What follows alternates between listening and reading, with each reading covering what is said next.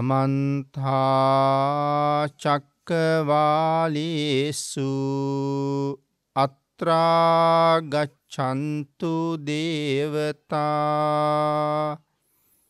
සද්ධම්මං මුනි රාජස්ස සුනන්තු සග්ග මොක්ඛදං ධම්මස්සවන කාලෝ අයං බදන්තා ධම්මස්සවන කාලෝ අයං බදන්තා ධම්මස්සවන කාලෝ අයං බදන්තා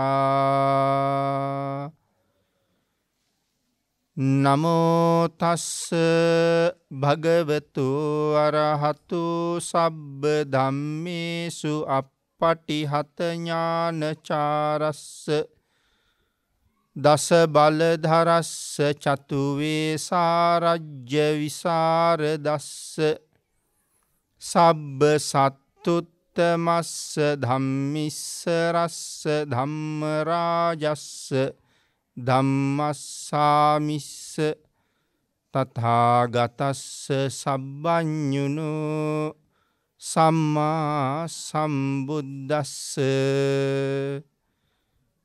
නමෝ තස්ස භගවතු අරහතු සබ්බ ධම්මේසු පටිහත ඥානචාරස්ස දස බලධරස්ස චතු වේසාරජ්‍ය විසරදස්ස සබ්බ සත්තුත්තමස්ස ධම්මිස්ස රස්ස ධම්ම රාජස්ස ධම්මස්සාමිස්ස තථාගතස්ස සබ්බඤුනෝ සම්මා සම්බුද්දස්ස නමෝ තස්ස භගවතු අරහතු සබ්බ ධම්මේසු අප්පටිහත ඥානචාරස්ස දස බලධරස්ස චතු වේසාරජ්‍ය විසරදස්ස සබ්බ සත්තුත් තමස්ස ධම්මිස්ස රස්ස ධම්ම රාජස්ස ධම්මස්සාමිස්ස තථාගතස්ස සබ්බඤුනෝ සම්මා සම්බුද්දස්ස වැඩම කොට වදාළ අති ගෞරවනීය අපේ ස්වාමින් වහන්සේගෙන් අවසරයි සද්ධර්ම ශ්‍රාවක අද ධර්මදේශනා පින්කමේ දායකත්වයේ දරන සදැහැති දායක පින්වත් පිරිස ප්‍රධානව ධර්ම ශ්‍රවණය කරන්න සූදානම් වෙන කාරුණික ගුණගරුක බෞද්ධ පින්නතුනි බොහෝම ශ්‍රද්ධාවෙන් යුක්තව සියලු දෙනාම සූදානම් වෙන්නේ තිලෝගුරු ශාන්තිනායක සම්මා සම්බුදුරජාණන් වහන්සේ විසින් ලෝක සත්වයන් පිළිබඳව අසීමිත දයාවෙන් කරුණාවෙන් මෛත්‍රියෙන් යුක්තව අවබෝධ කරගෙන දේශනා කොට වදාළ පරම ගම්බීර වූ ශ්‍රී සද්ධර්ම රත්නයෙන් ඊටාම පුංචි කොටසක් දේශනා කරවගෙන ධර්ම ගෞරවය පෙරදරි කරගෙන දේශනාගත ධර්මයේ ශ්‍රවණය කරන්නත් එසේ ධර්ම ශ්‍රවණය කිරීමෙන් ලැබෙන අවවාද අනුශාසනා තම තමන්ගේ ජීවිතවලට එකතු කරගෙන වඩාත් නිවැරදි මෙලව ජීවිතයක් සකස් කරගන්නත් නිවැරදි වුණ මෙලව ජීවිතයක් තුළින් සුගතිගාමී වූ පරලොව ආයිති භවයකින් සැනසෙන්නත් අවසානයේ ප්‍රාර්ථනා කරන බෝධියෙන් සැප සහිත ප්‍රතිපදාවෙන් ඊ타ම ඉක්මන් භවයක උතුම් චතුරාර්ය සත්‍ය ධර්මය අවබෝධ කරගෙන මේ සංසාරයෙන් එතර වීමේ බලාපොරොත්තුවත් ඇතුව ඒ උතුම් බලාපොරොත්තු ප්‍රාර්ථනා සියල්ලක්ම උතුම් වූ සද්ධර්ම දානානිසංසයත් ධර්ම ශ්‍රවණානිසංසයත් හේතු වීමෙන් මුදුන්පත් වේවා කියලා ප්‍රාර්ථනා කරමු.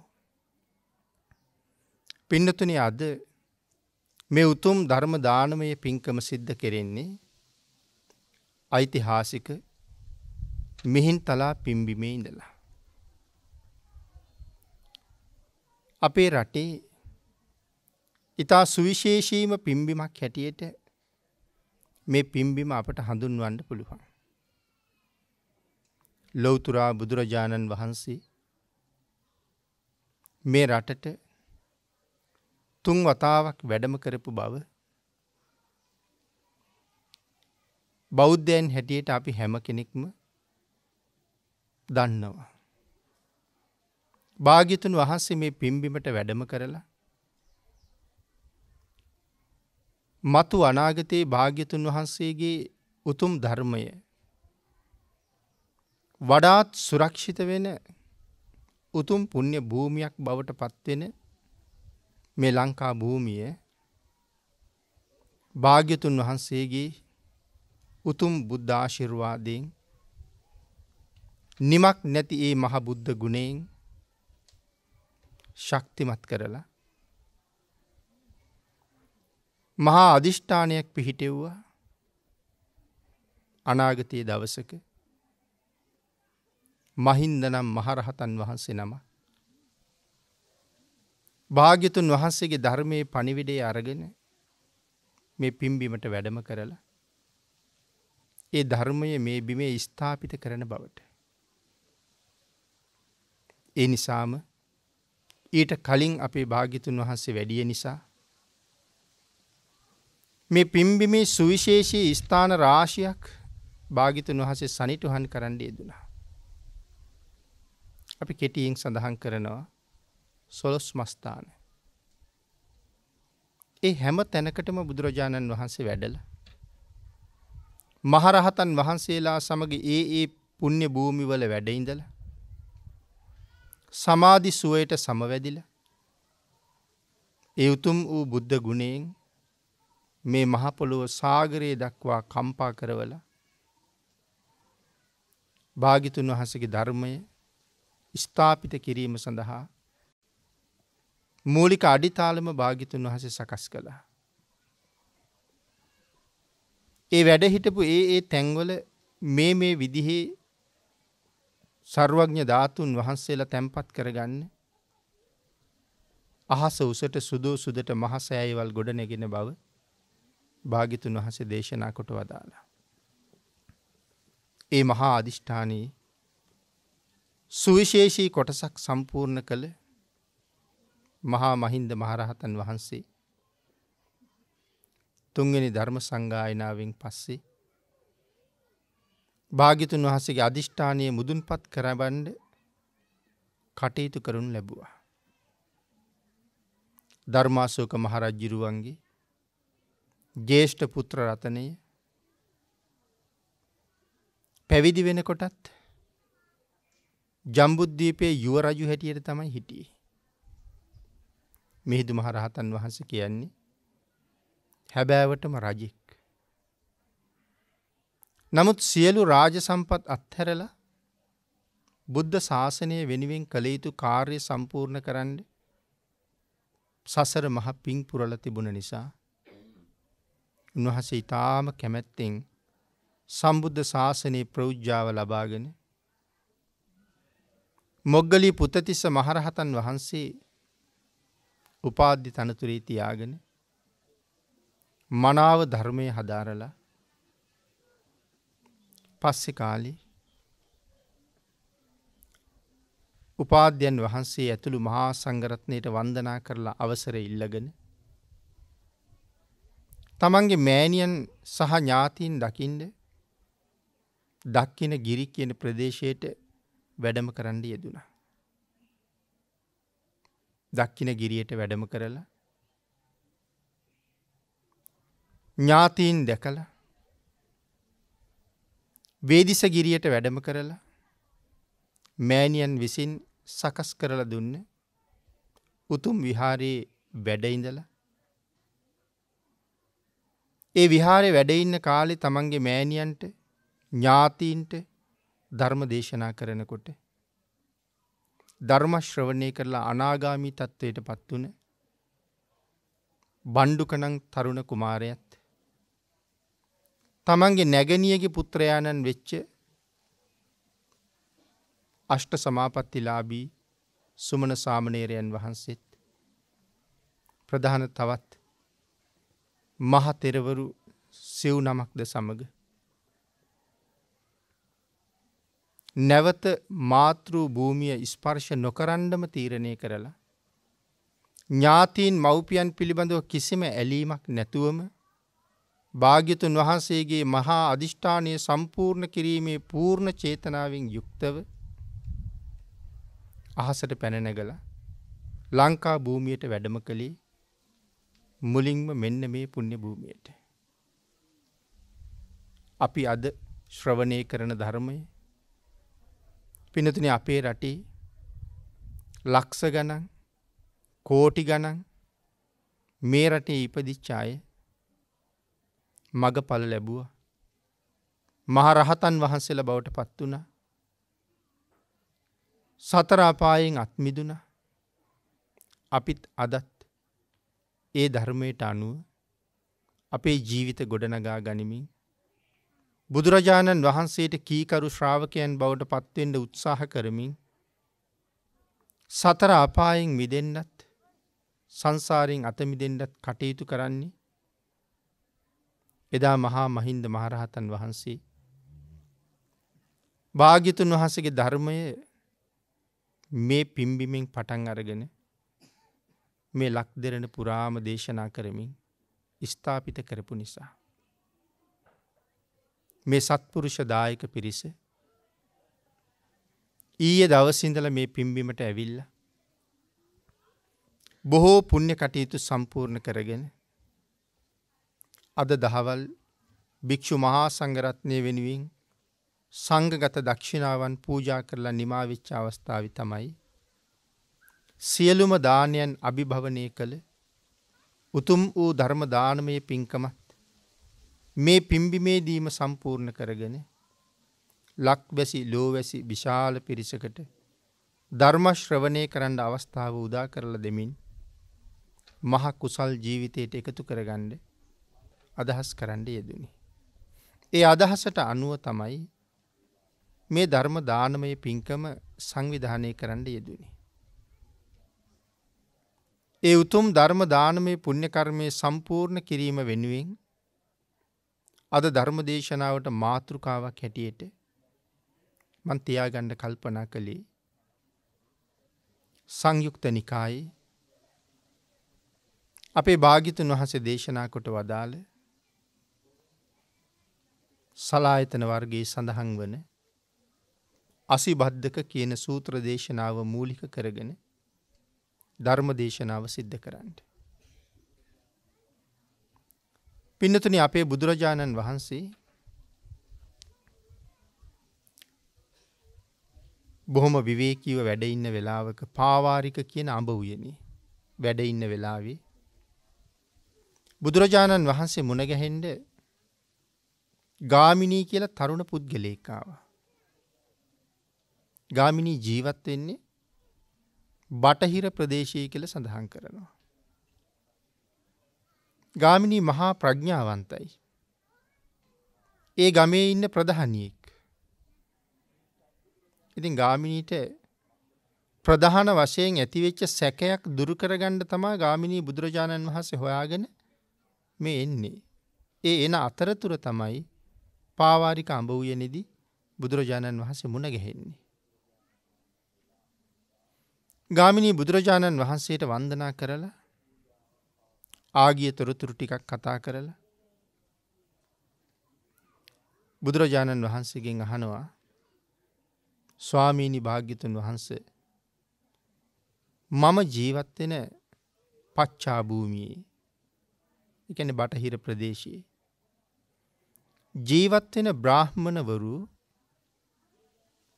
දවසකට දෙපාරක් ඔවුන් ගඟට බැහැලා නානවා. ඒ නාන වෙලාවට දියසෙවල්, උපුල් මල්, නෙළුම් මල් මේ ආදී දේවල් වලින් මාල හදලා ගෙලේ පැලඳගෙන තමයි ඒ අය නාන්නේ. මොකද්ද මේ දවසකට දෙපාරක් සීතල වතුරේ බැහැලා නාන එකේ අරමුණ මේගොල්ලන්ගේ? පිරිසිදු වෙන්න, කුණු ඉවත් කරගන්න, හොඳ අය බවට පත් වෙන්න.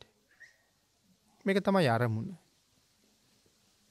එහෙම නාලා පිරිසිදු වෙලා කුණු ඉවත් කරගෙන ගොඩට එන බ්‍රාහ්මණවරුන්ට ඒ ප්‍රදේශවල ඉන්න මිනිස්සු මෙතන පිරිසිදු වෙලා කුණු ඉවත් කරගෙන ගොඩට එනවා කියලා සඳහන් කළේ අපේ කායිකව දැවටිලා තියෙන කුණු ඉවත් කරගත්ත කියන කාරණාව. ඒ මිනිස්සු ආරාධනා කරනවා බ්‍රාහ්මණතුමනි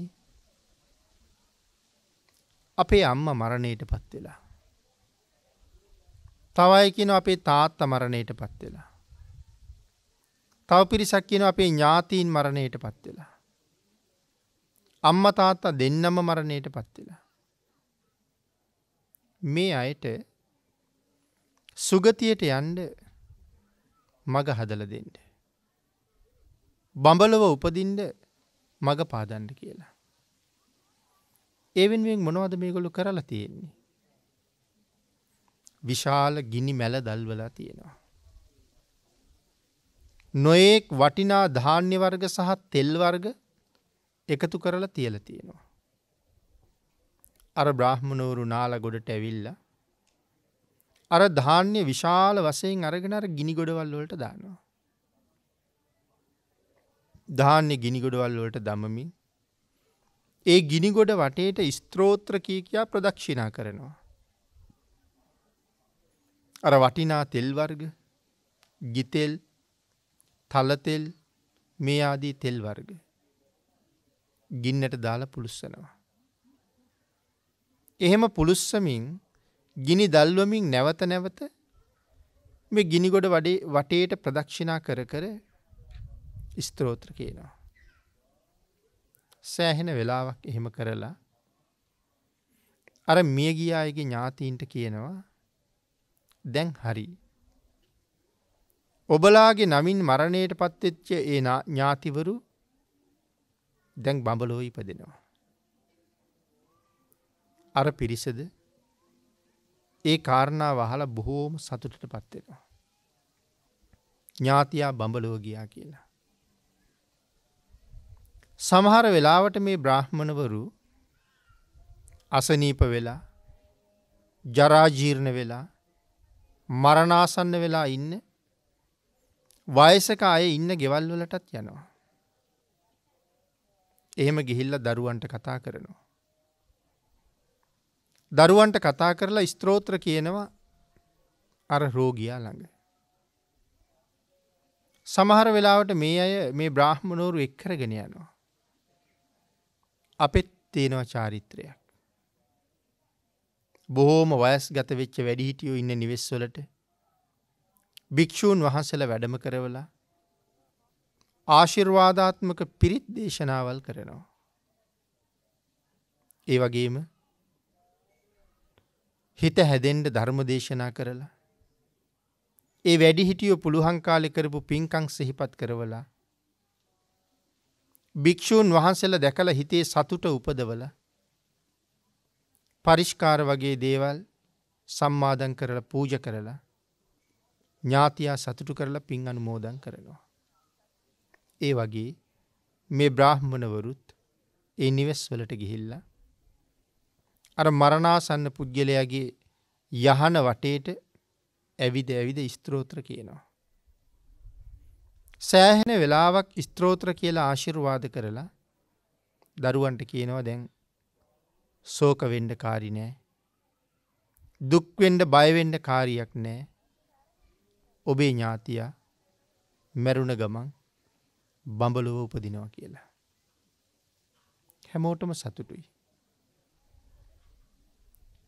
නමුත් භාග්‍යතුන් වහන්සේ මේ දේශනාව කරන දේශනාව සඳහා මූලික වෙන ගාමිණී මේ කාරණාව හැම වෙලාවෙම සැක කළා. එහෙම වෙන්න පුළුවන්ද? එහෙම කරන්න පුළුවන්ද මේ බ්‍රාහ්මණවරුන්ට? නිරයට යන්න ඉන්න අය සුගතියට යවන්න මේ අයට තියෙන හැකියාව මොකද්ද? දැන් මේ ප්‍රශ්නේ තමයි විසඳ ගන්න ඕනේ. ඒ නිසා තමයි ගාමිණී මේක විසඳ ගන්න සුදුසුම කෙනා කවුද කියන කාරණාව හිතලා බුදුරජාණන් වහන්සේ ගාවට එන්නේ. සුදුසුම කෙනා ළඟටමයි ගාමිණීත් එන්නේ.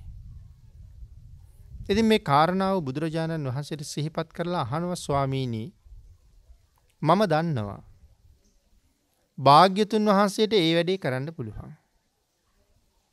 මරණාසන්නව ඉන්න ඕනම කෙනෙක් සුගතියට යවන්න භාග්‍යතුන් වහන්සේට පුළුවන්. මම ඒක නොදන්නව නෙමෙයි. නමුත් මම අහන්නේ භාග්‍යතුන් වහන්සේට කරන්න පුළුවන් ඒ වැඩේ මේ බ්‍රාහ්මණවරුන්ටත් කරන්න පුළුවන්ද කියලා. ඒ කියන්නේ පින්නතුනේ භාග්‍යතුන් වහන්සේට පුළුවන්ද නිරයට නියම වෙලා ඉන්න අය සුගතියට යොමු කරන්න. එහෙම කරපු තැන් එහෙම වුණ තැන් ධර්මයේ බොහෝමයක් සඳහන් කරලා තියෙනවා. උදාහරණයක් දෙකක් කෙටියෙන් සිහිපත් කළොත් අපේ පින්නතුන්ට මතක ඇති මට්ට කුණ්ඩලී ගැන. අසරණ දරුවෙක්. අසරණ කියලා කිව්වේ පෞල් පෙළපතින් අසරණ නෑ. මහා ධනස්කන්ධයකට උරුමකම් කියන මහ සිටුවරයෙකුගේ පුතෙක්. නමුත් තමන්ගේ තාත්තගෙන් නිතර ලැබිච්ච අවවාදයක් තිබුණා. ශ්‍රමණ බවත් ගෞතමයන් වහන්සේ ඇසුරු කරන්න එපා. ශ්‍රමණ බවත් ගෞතමයන් වහන්සේගේ ශ්‍රාවකයෝ ඇසුරු කරන්න එපා. මේක මට්ට කුණ්ඩලීට නිතරම ලැබෙන අවවාදයක්. ආන් ඒ නිසා තුනුරුවන් පිළිබඳව මට්ට කුණ්ඩලීට තිබුණේ මහා අප්‍රසාදයක්. අප්‍රසන්න බවක්. නමුත් මට්ට කුණ්ඩලී පස්සේ රෝගාතුර වෙලා මරණාසන්න වුණා. එක දවසක් මහා කරුණා සමාපත්තියෙන් ලෝක ධාතුව බලා වදාළ වෙලාවේ අපේ බුදුරජාණන් වහන්සේ මට්ට කුණ්ඩලීව දැක්කා. ඇයි මට්ට කුණ්ඩලී භාග්‍යතුන් වහන්සේගේ කරුණා නෙතින් දැක්කේ? අපේ බුදුරජාණන් වහන්සේ ආවර්ජනය කරාම භාග්‍යතුන් වහන්සේ දැක්කොත් මේ වෙලාවේ බුද්ධාලම්බන ප්‍රීතිය හිතේ උපදින නිසා මට්ට කුණ්ඩලීට සුගතියේ උපදින්න පුළුවන්. මොකද එහෙම නැති වුණොත් මට්ට කුණ්ඩලී මරණයට පත් වෙලා නිරයේ තමයි උපදින්න නියම වෙලා තියෙන්නේ. හැබැයි භාග්‍යතුන් වහන්සේ දැක්කොත් සුගතියේ උපදිනවා. ඒ කාරණාව විතරක් නෙමෙයි පින්නතුනි, මේ කාරණාව පදනම් කරගෙන මට්ට කුණ්ඩලීගේ තාත්තා අදින්න පුබ්බක බ්‍රාහ්මණයා ප්‍රධානව තවත් 84000ක් ධර්මාවබෝධය ලැබෙනවා. විශාල පිරිසකට මහ යහපතක් සැලසවීමේ අවස්ථාවක් තමයි උදා වෙලා තියෙන්නේ. එවන් අවස්ථානම් භාග්‍යතුන් වහන්සේ කෙසේවත් අතහරගන්නේ නැහැ. ඒ නිසාම තීරණය කළා මට්ට කුණ්ඩලීට පිහිට වෙන්න ඕන කියලා.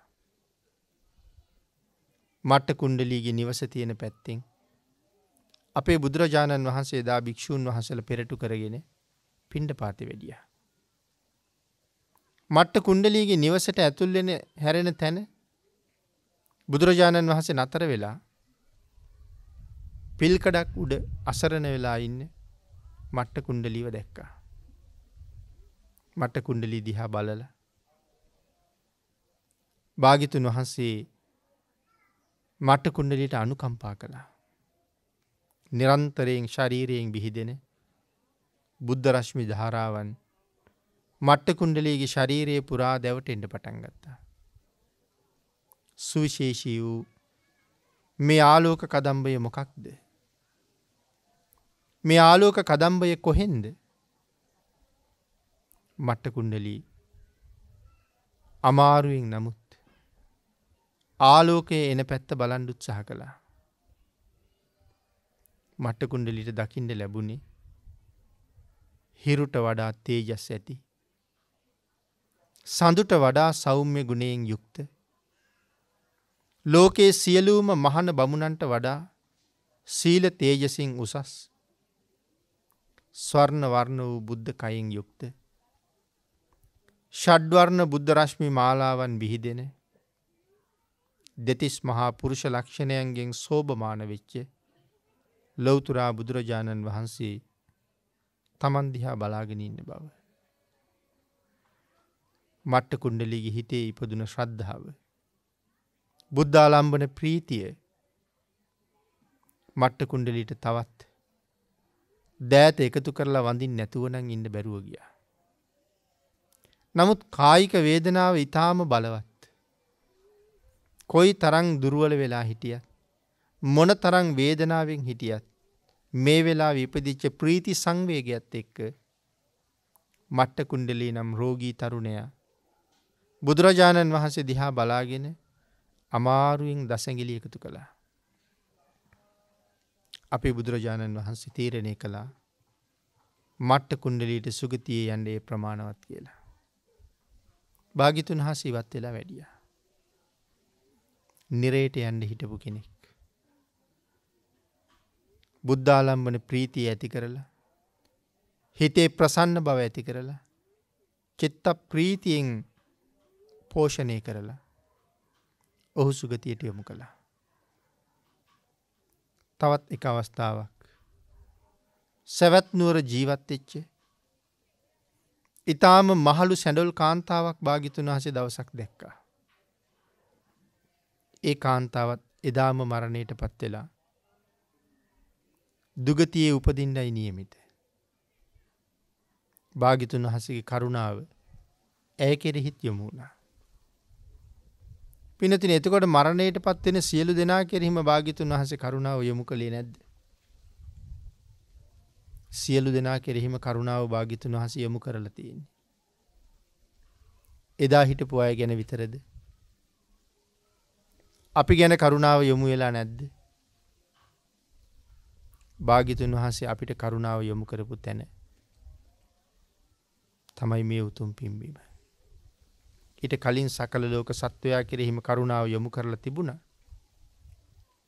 මහත් අනුකම්පාවෙන් තමයි භාග්‍යතුන් වහන්සේ මේ රටට භාග්‍යතුන් වහන්සේගේ ධර්මයේ ලැබිය යුතුයි, මේ රටේ ස්ථාපිත විය යුතුයි, ඒ ධර්මයේ চিරාත් කාලයක් සුරක්ෂිත විය යුතුයි. මෙවන් වූ මහතෙරවරු මගේ ශාසනය බබළුවනවා කියලා අදිෂ්ඨාන කරලා තිබුණේ. ඒ ශාසනය බබලවන මහතෙරවරුන්ගෙන් එක සුවිශේෂී මහතෙර නමක් තමයි දහම් පණිවිඩය අරගෙන මේ පින්බිමට වැඩි. ඒ භාග්‍යතුන් වහන්සේගේ විශේෂ අදිෂ්ඨානයෙන් කොටසක් සම්පූර්ණ කරන්නයි කියලා මම මුලින් සිහිපත් කළා. ඒ ඔබ අප කෙරෙහි යොමු කරපු කරුණාවේ තවත් ආකාරයක්.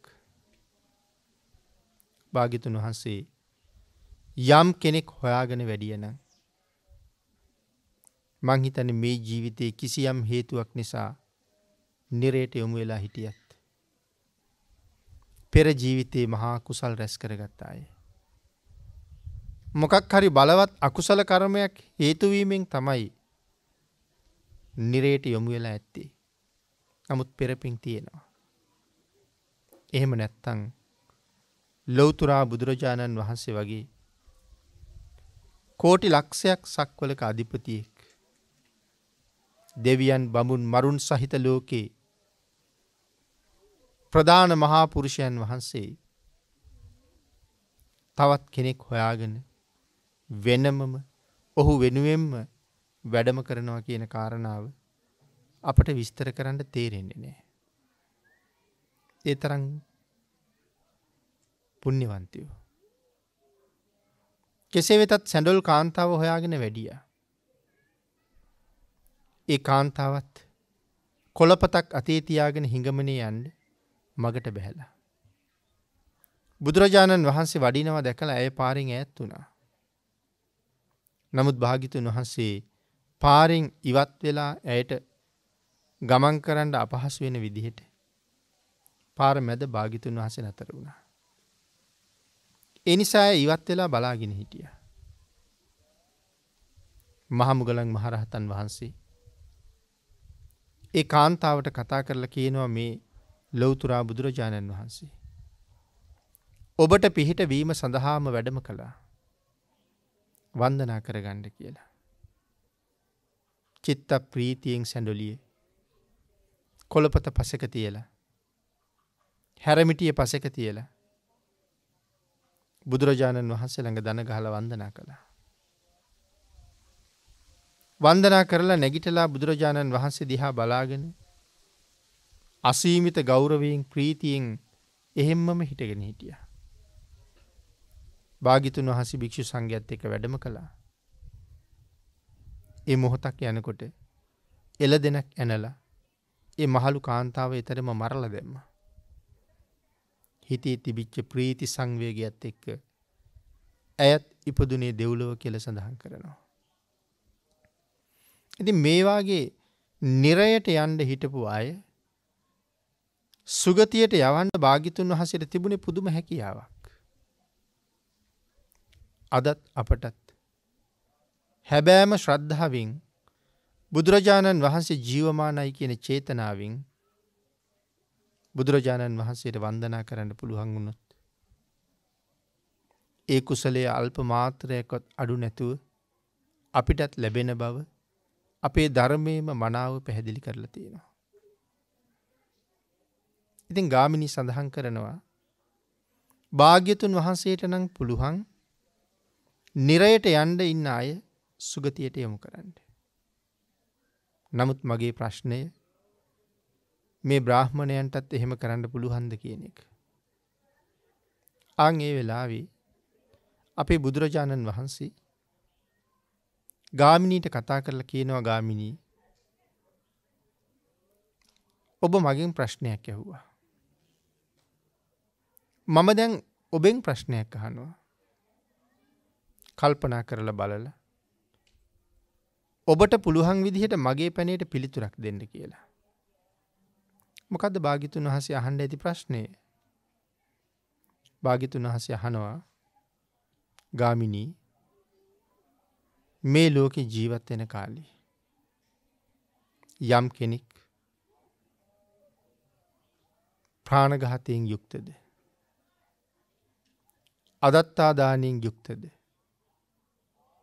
කාම මිත්‍යාචාරයෙන් මුසාවාදයෙන් යුක්තද? පරුස වචනයෙන් පිසුණු වචනයෙන් සම්පප්‍රලාපයෙන් යුක්තද?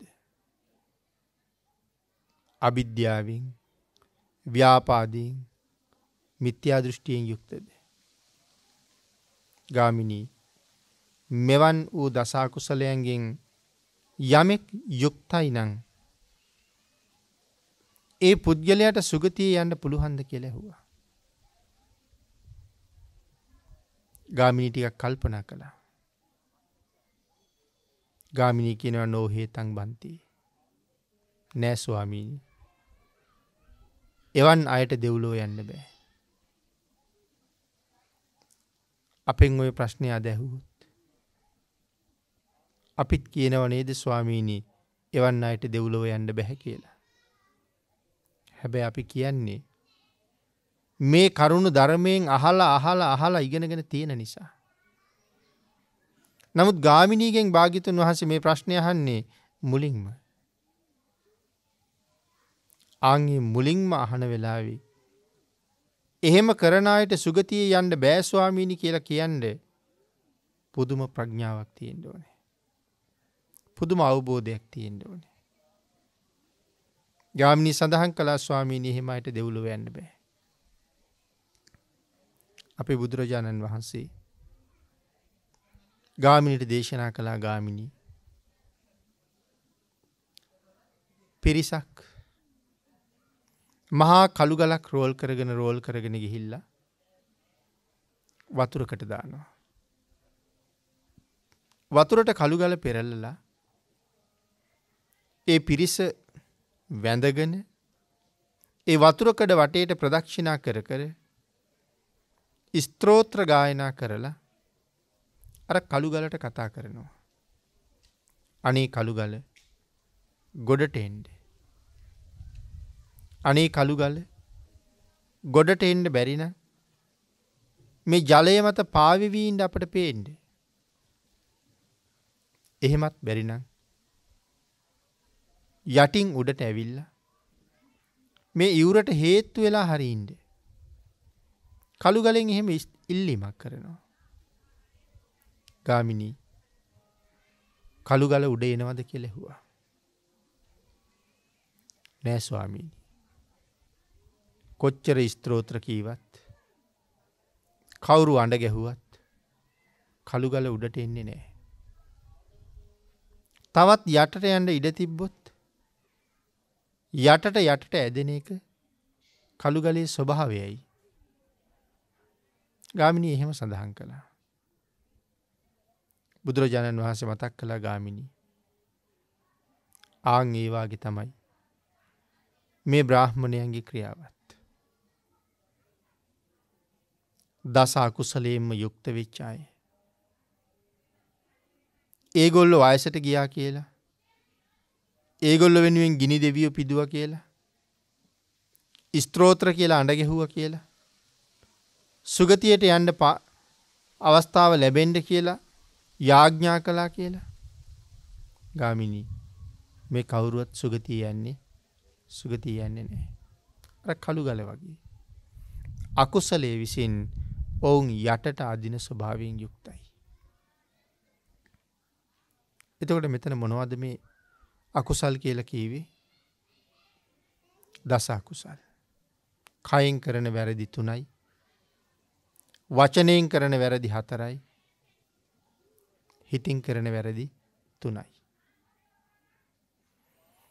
බුදුරජාණන් වහන්සේ දේශනා කරනවා ගාමිණී පරම්පරා ගණනාවක් සතුටු කර ඉපදිච්ච දරුවෝ සත්පුරුෂයෝ මුණ ගැහුනේ නැත්තම් දුගතියටමයි යන්නේ කියලා. ඇයි පරම්පරා ගණනක් සතුටු කර ඉපදුන අය කියලා සඳහන් කළේ? ඔබ හිතලා බලන්න. ඔබ අම්මා කෙනෙක් වෙන්න හිතපු සූදානම් වුණ වෙලාවේ ඔබ තාත්තා කෙනෙක් වෙන්න සූදානම් වෙච්ච වෙලාවේ ඔබට කොච්චර සතුටක් ඇති වුණාද කියලා. ඒ සතුට කී දෙනෙක් ළඟ ප්‍රකාශ කළාද කියලා. මුලින්ම අඹුසැමි දෙපළට සතුටක් ඇති වුණා. ඊට පස්සේ අම්මා වෙන්න බලාපොරොත්තුවෙන් ඉන්න කෙනා තමන්ගේ අම්මට, තමන්ගේ තාත්තට, තමන්ගේ සහෝදර සහෝදරියන්ට, ඒ වගේම කිරියම්මට, කිරියත්තට, පවුලේ ඥාතීන් හැමෝටම දැනුවත් කළා මමත් අම්මා කෙනෙක් වෙනවා කියලා. එතකොට ඇගේ ස්වාමියා ඔහුගේ දෙමව්පියන්ට, ඔහුගේ පවුලේ අයට, අම්මගේ අම්මට, තාත්තගේ අම්මට, මේ වගේ තමන්ගේ පරම්පරාවේ අයටත් දැනුවත් කළා මමත් නොබෝ දවසක තාත්තා කෙනෙක් වෙනවා කියලා. එතකොට මවගේ පාර්ශවයේ අයත්, පියාගේ පාර්ශවයේ අයත් බොහොම සතුටින් ඉන්නේ. අපේ දුවත් අම්මා කෙනෙක්. අපේ පුතත් තාත්තා කෙනෙක්. දැන් හැමෝගෙම සතුට තියෙන්නේ දැන් මේ දරුවා බිහි වෙනකන්. සුදුසු කල්යල් ගෙවලා හැමෝගෙම බලාපොරොත්තු ප්‍රාර්ථනාවන් එක්ක ඒ දරුවා මේ ලෝකෙට ඉපදෙනවා. ආන් ඒකයි සඳහන් කළේ පරම්පරා ගණනාවක් සතුටු කරවමින් මේ ලෝකෙට ඉපදිච්ච අය. ඒ අයට සත්පුරුෂයෝ මුණ ගැහුනේ නැත්තම් ඒ අයත් නිරේට තමයි කියලා. මනුස්ස ලෝකෙ කෙනෙක් උපදිනවා කියලා කියන්නේ සසර කරගත්ත අසීමාන්තික පුණ්‍ය විපාකයක ප්‍රතිඵලයක්. අපි ජීවත් වෙන ලෝකේ ඉපදිච්ච අය කොච්චර ඉන්නවද? මිනිස්සු විතරක් නෙමෙයිනේ. සත්තු සිව්පාවොත් ඉන්නවා. නිරයවල් වල ඉපදිච්ච අයත් ඉන්නවා. പ്രേත ලෝකේ ඉපදුන අයත් ඉන්නවා. විවිධ දුක් විඳින අසුර නිකායවල වල ඉපදිච්ච අයත් ඉන්නවා. ඒ වගේම මිනිස්සුත් ඉන්නවා. ඒතකොට මනුස්ස ජීවිත අරගෙන ආපු අය ඒ අයට പ്രേතයින් විඳින දුක නැහැ. තිරිසන්නු විඳින දුක නැහැ. නිරිසත්තු විඳින දුක නැහෙනි කොහොමත් මනුලෝ ඉපදිච්ච නිසා. මිනිස්සුන්ටත් දුකක් තියෙනවා. නමුත් නරක තිරිසං പ്രേත කියන ලෝකවල ඉපදිච්ච අය විඳින දුකක් අපට නැහැ. මොකද එවන් දුක් මනුස්ස ලෝකේ විපාක දෙන්න බැරි නිසා. මනුස්ස ලෝකේ ඉපදුන අය අතරත් සම්මාදිට්ඨික මනුස්ස ජීවිතයක් අරගෙන ආපු අය සියලු මිනිසුන් අතර සුවිශේෂී පිරිසක්. සියලු මිනිසුන් අතර සුවිශේෂී පිරිසක් කියලා කියන්නේ හේතුව මොකද්ද? අපිටත් අතපය තියෙනවා.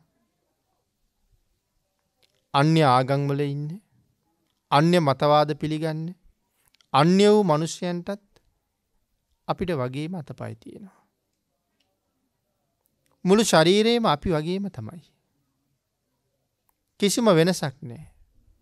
අභ්‍යන්තරයත් බාහිරත් මනුෂ්‍ය කියලා කියහම එකම ස්වභාවයයි. එතකොට එවන් අය අතරින් අපේ තියෙන වෙනස මොකද්ද? බාහිරින් පේන්න කිසිම වෙනසක් නැති වුණාට අපේ ක්‍රියාකාරකම් වල වෙනසක් තියෙනවා. පිළිගැනීම් වල වෙනසක් තියෙනවා. මොනවද මේ ක්‍රියාකාරකම් පිළිගැනීම් වල තියෙන වෙනස? අපි බුදුරජාණන් වහන්සේව පිළිගන්නවා. තවත් නොඑක් අය ඒ ආගම් වල ශාස්ත්‍රවරුන් සරණ ගිහිල්ලා ඒ ශාස්ත්‍රවරු පිළිගන්නවා. ලෞතර බුදුරජාණන් වහන්සේ කියලා කියන්නේ බෞද්ධයයි සම්මත ජන වර්ගයකට සීමා වුණ ශාස්ත්‍රුන් වහන්සේ නමක්ද? මහා බෝසතාණන් වහන්සේ ලෞතර බුදු වෙන කාලේ දෙසතක් මිත්‍යා දෘෂ්ටි තිබුණ කියලා සඳහන් කරනවා. ඉපදුන කාලේ බුදු වෙන කාලේ. නමුත් මහා බෝසතාණන් වහන්සේ ලෞතර බුදු බව ලබන තාක් බෞද්ධ කියලා පිරිසක් හිටියද? බුදු දහම කියලා දහමක් තිබුණද? එහෙම එකක් තිබුණේ නැහැ. බුදු වුණ ගමම්ම ශ්‍රාවක පිරිසක් හිටියද? එහෙම පිරිසක් හිටියෙත් නැහැ. 62ක් තරම් මහා මිත්‍යා දෘෂ්ටි එදා සමාජයේ තිබුණා. ඒ කොහොමද මේ මිත්‍යා දෘෂ්ටි ප්‍රමාණය ඒ තරම් වුණේ? යම් කෙනෙක් නිවන පිළිබඳව සුගතිය පිළිබඳව යම් අදහසක් සඳහන් කළා. ඔවුන් බලාපොරොත්තු වෙන ඒ ස්වර්ගයට යන්න මේ විදිහට කටයුතු කළ යුතුයි කියලා මගක් පෙන්වුවා. නමුත් තවත් පිරිසක් ඒ මග යනකොට තවත් පිරිසක් ඒ මගට විරුද්ධ වුණා. ඒ මගින් සුගතිය යන්න බෑ කියලා කල්පනා කළා. ඒ නිසා තවත් වීර්යවන්තයෙක් සුගතියට යන තවත් ක්‍රමයක් ඉදිරිපත් කළා. විශාල පිරිසක් ඔහු ළඟත් අනුගත වුණා. හැබැයි ඒකටත් කැමති නැති තව පිරිසක් තවත් වෙනත් ක්‍රමයක් ජීවිතයට එකතු කරගත්තා. ඒ ඔස්සේ තවත් පිරිසක් අනුගත වුණා. මේ විදිහට තමයි මේ දෙසටක් මිත්‍යා දෘෂ්ටි ගොඩ නැගුණේ. ලෞතර බුදුරජාණන් වහන්සේ ධර්ම දේශනා කරාම මංගල ධර්ම දේශනාව වෙලාවේ 18 කෝටියක් තරම් බ්‍රහ්ම රාජයෝ නිවන් අවබෝධ කළා. දෙවියන්ගේ ප්‍රමාණයේ සීමාවක් නැහැ. මිනිස්සුන්ගේ ප්‍රමාණය එක්කෙනයි. භාග්‍යවතුන් වහන්සේ ධර්මයේ දේශනා කරන්න පටන් ගත්ත තැන ඉඳලා භාග්‍යවතුන් වහන්සේගේ දේශනාව අහලා හැබැවින්ම මෙයයි හරි. මෙයයි නිවැරදි. මෙයයි සංසාරයෙන් මිදෙන ක්‍රමය කියලා යම් කෙනෙක් භාග්‍යවතුන් වහන්සේගේ දේශනාව පිළිගත්තා නම් භාග්‍යවතුන් වහන්සේව සරණ ගියා නම් අන් ඔහු එදා ඉඳලා බෞද්ධ කියලා හැඳින්වනවා. ඒ බුදුන් සරණ ගියපු නිසා. බුදුන් සරණ ගියපු කෙනා භාග්‍යවතුන් වහන්සේගේ දේශනාව පිළිගන්න කෙනා. ඒ නිසා සමස්ත සකල ලෝකයටම දහම් දේශනා කළා මිස වෙනම කණ්ඩායමක් පන්තියක් බෙදාගෙන භාග්‍යවතුන් වහන්සේ ධර්ම දේශනා කළේ නෑ. මහා කල්ප අසංඛ්‍ය 4.1 පාරමිතා පිරිවි සංසාරේ දුක් විඳින සකල සත්වයාම සසරින් එතර කිරීමේ පූර්ණ බලාපොරොත්තු ඇතුව. එතකොට යම් කෙනෙක් බුදුරජාණන් වහන්සේගේ දේශනාව අහලා මේ නිවැරදි කියලා තේරුම් අරගෙන එතන නතර වුණා නම් එතන නතර වෙන්න ඒ තේරුම් ගන්න අවබෝධ කරගන්න පිළිගන්න ඒ පුද්ගලයාට සුවිශේෂී කුසල් තිබුණ නිසායි ඔහු ඒ නිවැරදි මගට අනුගත වුණේ. පින්නතුනි අපේ බුදුරජාණන් වහන්සේ දේශනා කොට වදාළෙම සත්පුරුෂයෝ මුණ නුගැහුණොත් පරම්පරා ගානක් සතුටු කර කර ඉපදිච්ච අය දුගතිගාමී වෙනවා කියන කතාව. මේ ලෝකේ ඉපදිලා බොහෝ සැප සම්පත් විඳින්න පුළුවන්. පෙර කරගත්ත කුසල කර්ම වලට අනුව. යම් කෙනෙක් මේ ලෝකේ යම් සැපයක් විඳිනවා නම් ඒ හැම සැපයක්ම පෙර කරන ලද කුසල කර්මයක ප්‍රතිඵලයක්. ඒ අහවල් කෙනාය කියලා කාරණාවක් නැහැ. හැමෝම මනුස්ස ජීවිත ලැබුවෙත් පෙර කරපු කුසල කර්ම නිසා ඒ ජීවිතය තුළ සිනහ මුසු මුහුණින් සතුටින් යම් සැපයක් විඳිනවා නම් ඒ හැම එකක්ම පෙර කරපු කුසලයක් නිසාමයි. දැස්වල කඳුළු පුරවගෙන වැළපෙමින් ජීවත් වෙනවා නම් දුක් සහිත ජීවිත ගත කරනවා නම් ඒ හැම එකක්ම පෙර කරන ලද අකුසල කර්මයක්මයි. නමුත් අපි හැමෝම සතුට දුක මේ දෙකම විඳ විඳ මේ ලෝකේ ජීවත් වෙනවා.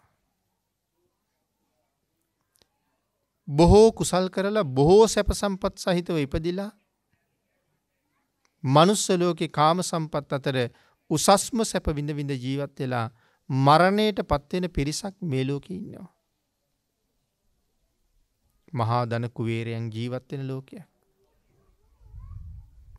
නමුත් එහෙම මහා ධන සම්පත් තිබිලා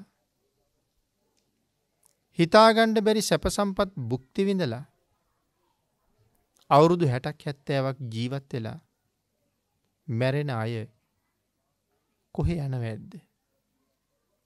හිතලා බලන්න.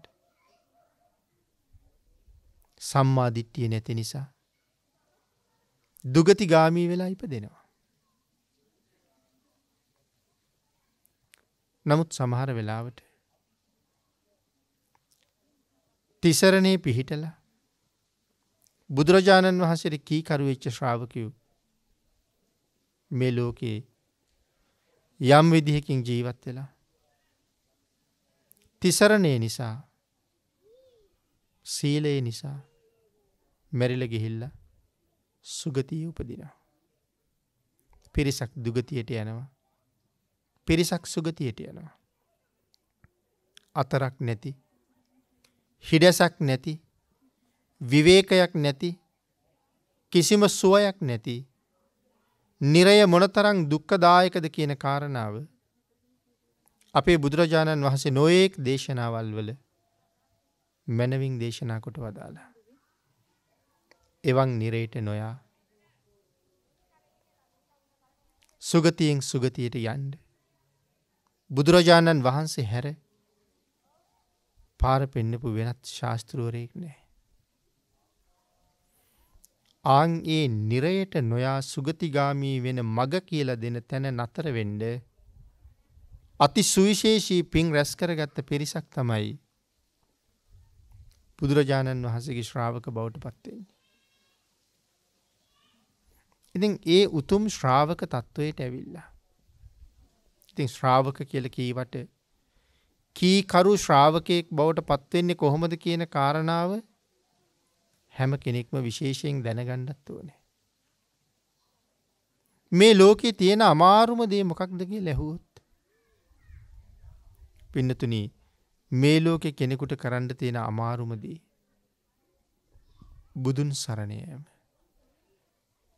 ඔබ හිතනවද ඒක ඒ තරම් අමාරු දෙයක් කියලා? ඒක ඒ තරම්ම අමාරු නිසායි සඳහන් කළේ මේ ලෝකේ කරන්න තියෙන අමාරුම වැඩි බුදුන් සරණ යෑමයි කියලා. මොකද්ද බුදුන් සරණ යන්න ඒ තරම්ම තියෙන බාධාව? මොකද්ද බුදුන් සරණ යන්න ඒ තරම්ම තියෙන අසීරු බව? බුදුරජාණන් වහන්සේව පිළිගන්න තියෙන අපහසු බව. ඒකයි බුදුන් සරණ යන්න එච්චර අමාරුයි කියලා සඳහන් කළේ. අපේ පින්නතුන් හිතලා බලන්න. බුදුරජාණන් වහන්සේ දේශනා කරපු සෑම වචනයක්ම එකක්වත් අහක නොදා පිළිගන්න ඔබ සූදානම්ද කියලා. හොඳට තමන්ගෙන් ආවර්ජනය කරලා බලන්න. එකදු වචනයක් අහක නොදා පිළිගන්න මම සූදානම්ද? ඊළඟට බුදුරජාණන් වහන්සේගේ කායික ශක්තිය, ධාන ශක්තිය, පියවි ශක්තිය, ඥාන ශක්තිය, 이르දි ශක්තිය මේ ආදී හැකියාවන් පිළිගන්න, විශ්වාස කරන්න ඔබට පුළුවන් ද කියන කාරණාව හිතලා බලන්න. ඉතින් ඒ කාරණාව පිළිගන්න, විශ්වාස කරන්නත් අපි යම් ප්‍රමාණයක් හරි ඒ කරුණු පින්නතුනේ දැනගෙන ඉන්න එපෙයි. එහෙම කරුණු දැනගන්න නම් අපි මොකද්ද කරන්න ඕනේ අද?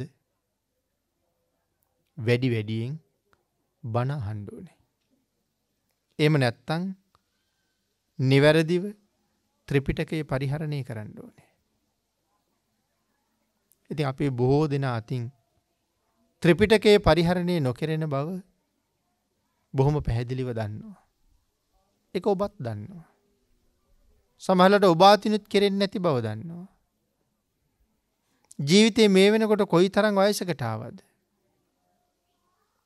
තාම ත්‍රිපිටකය අතටවත් අරන් නැති අය අපි අතර කොච්චර ඉන්නවද? පෙරලලා බලන්නේ නැතිය මේ තමයි ඒ උතුම් ත්‍රිපිටක පොත් වහන්සේ කියලා පොතක් අතට අරන්වත් නැති අය කොච්චර ඉන්නවද?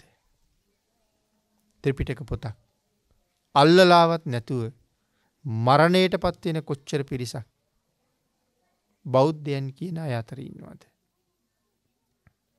ඉතින් එක්ක පොතපත පරිහරණය කරන්න ඕනේ නිවැරදිව. එහෙම නැත්නම් ධර්ම ශ්‍රවණය කරන්න ඕනේ නිවැරදිව. ඒ කාරණාවන්ගෙන් තමයි බුදුරජාණන් වහන්සේව හඳුනගන්න පුළුවන් වෙන්නේ. නමුත් අපිට කායික ශක්තිය පිළිබඳව සැක උපදිනවා. අපිට ඥාන ශක්තිය පිළිබඳව සැක උපදිනවා. පියවි කායික ශක්තිය මිනිස්සු කෝටි 10,000ක කියලා කිව්වොත් ඔබ හිතන්න ඔබට එක හිතින් පිළිගන්න පුළුවන්ද කියලා. බුදුරජාණන් වහන්සේගේ පියවි කායික ශක්තිය මිනිස්සු කෝටි 10,000ක ශක්තිය. මේ ශක්තියට කියන්නේ මහා නාරායන සංඝාත බලය කියලා. ඒක 이르දිමය ශක්තිය නෙමෙයි. අවශ්‍ය වුණොත් සක්වලවල් කෝටි ලක්ෂයකට ඇහෙන්න බුදුරජාණන් වහන්සේට කතා කරන්න පුළුවන්. සක්වලවල් කෝටි ලක්ෂයක්. සක්වලක් කියන්නේ කොච්චර ප්‍රමාණයක්ද? ලෝක 31ක්. බ්‍රහ්ම ලෝක රූප අරූප වශයෙන් 20ක්. දිව්‍ය ලෝක 6ක්. අපායවල් 4ක්. මනුස්ස ලෝක 1ක්. මෙන්න මේ කට්ටලයට කියනවා සක්වලක්. මේ සක්වලට පායන්නේ එක ඉරයි. මේ සක්වලට පායන්නේ එක හඳයි. එතකොට මේ වාගේ සක්වලවල් මේ විශ්වයේ කොච්චර තියෙනවද? එමෙතන 31 තල කියලා අපි කියන්නේ. 31 තල ලෝකේ මේ විශ්වයේ කොච්චර ඇද්ද? සීමාවක් නැහැ. නිමක් නැහැ. ඒ නිමක් නැති සක්වලවල් අතර ලෞතර බුදුරජාණන් වහන්සේ නමක් ආඥා ශේෂ්ත්‍රයේ පතුරවනවා සක්වලවල් කෝටි ලක්ෂයකට. අවශ්‍ය නම් එයින් එහාට පතුරවන්නත් බුදුරජාණන් වහන්සේට පුළුවන්. නමුත් සාමාන්‍යයෙන් සක්වලවල් කෝටි ලක්ෂයක් එක බුදුරජාණන් වහන්සේ නමකගේ බුද්ධ රාජ්‍ය කියලා හඳුන්වන්නේ. ඒ වගේම තමයි අවශ්‍ය නම් මේ සක්වලවල් කෝටි ලක්ෂයටම ඇහෙන්න බුදුරජාණන් වහන්සේට ධර්ම දේශනා කරන්නත් පුළුවන්. එතකොට දැන් මෙච්චර සක්වලවල් ගැන කතා කරාම අපි දන්න සක්වලවල් තව කීයක් තියෙනවද? ධර්මයෙන් ඇහුවා මිසක් අපි දන්න සක්වලවල් වෙන එකක්වත් නැහැ. තව කවුරුවත් එහෙම තැනක් හොයලත් නැහැ. කිසිම විද්‍යාවකින් කිසිම සොයා බැලීමකින් තවත් මනුස්ස ලෝකයක් හෙව්වා කියලා මේ වෙනකන් කාටවත් කියලා තියෙනවද? තවත් සූර්යයෙක් තවත් චන්ද්‍රයෙක් හම්බුණා කියලා කිව්වොත් තවත් සක්වලක් හම්බ වුණා කියන එකයි. නමුත් මේ මනුස්ස තලයේ හැර තවම කිසිම පරීක්ෂණයකින් ඔප්පුුනේ නෑනේ තවත් මනුස්ස ලෝකයක් හම්බුණා කියලා. නමුත් කොච්චර ගවේෂණ කරනවද? කොච්චර තරණය කිරීම කරනවද? නමුත් කොහෙවත් හම්බ වෙලා නැහැ. ඒ කියන්නේ එහෙම තවත් සක්වලක් නැහැ කියන එකද? තියෙනවා. නිමක් නැතුව තියෙනවා. අපිට මං සඳහන් කරන්න හැදුවේ මේ බොහෝ සතපුම් කෝටි ප්‍රකෝටි ගණන් ওই ඊරා ළඟට හඳ ළඟට ගියා කියලාත් කියනවා. තවත් නොයෙක් ග්‍රහ වස්තු ළඟට ගියා කියලාත් කියනවා. ඔය කොහෙන්වත් මේ කියන සක්වල තව හම්බුන්නේ නැහැ වෙනත් එකක්. එතකොට එහෙනම් තවත් සක්වලක් කොහෙද ඇත්තටම ඇත්තේ? නමුත් හිතන්නේ අපිට ජීවිත කාලෙම තවත් සක්වලක් හොයන්නත් බැරි වුණා. ඒ වුණාට ලෞතර බුදුරජාණන් වහන්සේ එවන් සක්වලවල් කෝටි ලක්ෂයකට ඇහෙන්න ධර්ම දේශනා කරනවා කියලා කියහම ඒ තරම් ඈතට ඇහෙන්න කතා කරන්න පුළුවන්ද කියලා සැකයක් නැද්ද? නමුත් එහෙම සැක නූපදින්න ඕනේ. ඒක භාග්‍යතුන් වහන්සේගේ හැකියාව. සමහර සූත්‍ර ඔය රතන සූත්‍රය ආදී සූත්‍ර, ධම්මචක්කප්පවත්තන සූත්‍රය ආදී සූත්‍ර මේ සක්වලවල් කෝටි ලක්ෂයට වැහෙන්න දේශනා කරපු දේශනාවල්. අවශ්‍ය නම් එතනින් එහාටත් දේශනා කරන්න පුළුවන්. ඥාන ශක්තිය ධර්මයේම සඳහන් කළේ බුදුරජාණන් වහන්සේගේ ඥානයේ කොපමණද? විශ්වයේ පමණයි කියලා.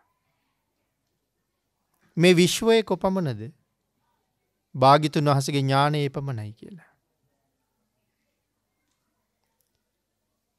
කී දෙනෙකුට විමතියක් නැතුව එක හිතින් පිළිගන්න පුළුවන්ද? මේ ඊටාම කුඩා කාරණා කීපයක් සිහිපත් කළේ. අපි අපෙන් අහන්න ඕනේ සැක නැතුව ඔබට පිළිගන්න පුළුවන්ද මේක? නෑ මට සැක නෑ. පුරාපු පාරමිතාවේ හැටියට, කරපු කැපකිරීම වල හැටියට, ලබාගත් සර්වඥතා ඥානයේ ප්‍රබලත්වයට අනුව මෙවන් සක්වලවල් කෝටි ලක්ෂ ගණන් වලට ආමන්ත්‍රණය කරන්න උන්වහන්සේට තියෙන හැකියාව මට සැක උපදවන්න හේතුවක් නෙමෙයි. එහෙම හිතලා ශ්‍රද්ධාවෙන්ම යමෙකුට බුදුරජාණන් වහන්සේ පිළිගන්න පුළුවන් නම් එදාට තමයි මට බුදුන් සරණ යන්න පුළුවන් වෙන දවස. ආන් ඒකයි මම සඳහන් කළේ මේ ලෝකේ අමාරුම වැඩි බුදුන් සරණ යෑමයි කියලා. මහා පූජාවල් දැක්කහම, මහා පින්කම් දැක්කහම කී දෙනෙකුට ඉවසන්න බැරුව යනවද? ඒ නිසා කී දෙනෙක් චෝදනා කරනවද, බනිනවද ඒ වගේ පින්කම් වලට? නමුත් පින්නතුනි, මේ ලෝකේ ජීවත් වෙන අපි හැමෝම කැමති අපට වැඩිපුර ලැබෙනවට. හිතලා බලන්නකෝ අඩුවෙන් ලැබෙනවට කැමති කවුරුවත් ඉන්නවද කියලා? වැඩියෙන් ලැබෙනවටමයි අපි හැමෝම කැමති. හැම දෙයක්ම වැඩියෙන් ලැබෙනවට නම් කැමති. පින අඩුවෙන් ලැබෙනවට කැමතිද? පිනත් වැඩියෙන් ලැබෙනවා නම් තමයි අපි හැමෝම කැමති. මේ ලෝකේ වැඩියෙන්ම පින් සිද්ධ වෙන්නේ කාට දුන්නොත්ද? ධර්මයේ බොහෝම පැහැදිලිව දේශනා කරනවා වැඩියෙන්ම කුසල් හම්බෙන්නේ භාග්‍යතුන් වහන්සේට කරන පූජාවෙන් කියලා. වේලාම සූත්‍රයේ සඳහන් කළේ මුළු ජම්බුද්දීපේම. ජම්බුද්දීපේ කියලා කියහම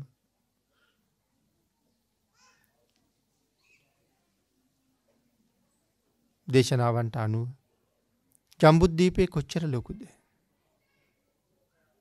සෝවියට් රුසියාව, පෘතුගාලය මේ තරම් විශාල භූමි භාගයක පැතිරිලා එන ප්‍රදේශයක් තමයි ජම්බුද්දීපේ කියලා කියන්නේ. සමහර වෙලාවට හුඟක් අය හිතන්නේ මේ දඹදිව කියලා කියහම ඒ ඉන්දියාවයි කියලා. නෑ, දඹදිව කියලා කියන්නේ ඉන්දියාවට විතරක් නෙමෙයි.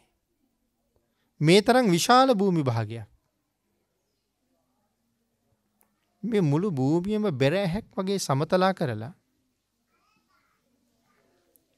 ආසනෙන් ආසනේ ගැටෙන්න ළඟින් ළඟ තියලා රහතන් වහන්සේලා පේලි 10ක්. සෝවාන් වහන්සේලා පේලි 10ක්. සකදාගාමින් වහන්සේලා පේලි 5ක්. අනාගාමින් වහන්සේලා පේලි 2කමාරක්. රහතන් වහන්සේලා පේලි 1කමාරක්. පසේ බුදුරජාණන් වහන්සේලා 1 පේලියක්. මෙහිම වඩා හිඳවලා ඒ සියලු දෙනා වහන්සේලාටම දන් දීලා ලෞතුරා බුදුරජාණන් වහන්සේට තනියම දන් දුන්නොත් භාග්‍යතුන් වහන්සේට කරන පූජාව අර සියලු දෙනා වහන්සේටම කරන පූජාවට වඩා 100,000 ගුණයෙන් ආනිසංස වැඩි. රතන සූත්‍ර අට කතාවෙත් මේ බවම පැහැදිලි කළා. ඒ නිසා මේ ලෝකේ මහත් වූ කුසල් ලබනවා නම් ඒ බුදුරජාණන් වහන්සේ උදෙසා කරන පූජාවෙන්මයි. නයිමස්මින් ලෝකයේ පරස්මින් වාපන. මේ ලෝකෙත් පරලෝකෙත් අන්‍ය ලෝකවලත් යම් කෙනෙක් මහත් ආනිසංස ලැබීම සඳහා පූජාවක් කරන්න කෙනෙක් හොයනවන. ඒ බුද්ධ ශ්‍රේෂ්ඨයන් වහන්සේම පමණයි. යොදුන් 100 ගණන් දහස් ගණන් දුරකතර ගෙවාගෙන ගිහිල්ලා හරි ඒ මහා නරේන්ද්‍රයන් වහන්සේට කරන පූජාව කරගන්න වටිනවා. එන මහා කුසල් ලැබෙන්නෙම භාග්‍යතුන් වහන්සේට පූජා කිරීම තුලින්. සංඝ සතු දාණය අපේ ශාසනයේ මහානීය පින්කමක් හැටියටයි සඳහන් වෙන්නේ.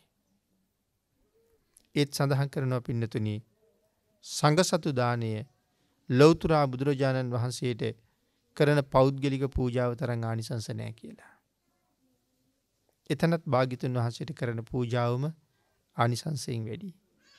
එහෙනම් මේ සංසාරේ සතර අපායෙන් මිදෙන්න සුගතියෙන් සුගතියට ගිහිලා නිවනින් සැනසෙන්න බලාපොරොත්තු වෙන අපිට අවශ්‍ය වෙන්නේ මහ කුසල් නෙමේද?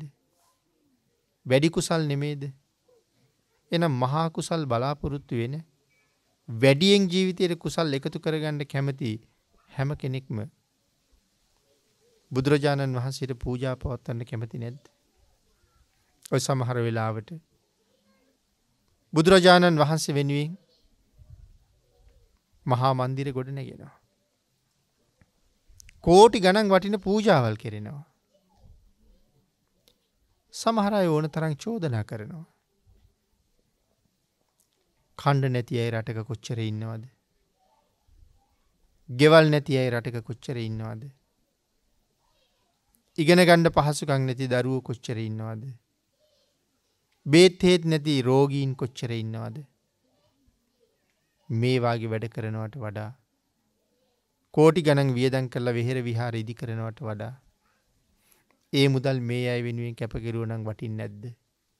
එහෙම කතා කරන අය නැද්ද සමාජයේ? කොච්චර ඉන්නවද එහෙම අය? නමුත් ඒ කතා කරන අයට සංසාරයට කුසල් ඕන වෙච්චහම ඒගොල්ලෝ පොඩි ලාභයක් ලැබෙන තැනකින් මොනවා හරි හොයනවද? ලොකු ලාභයක් ලැබෙන තැනකටම යනවද?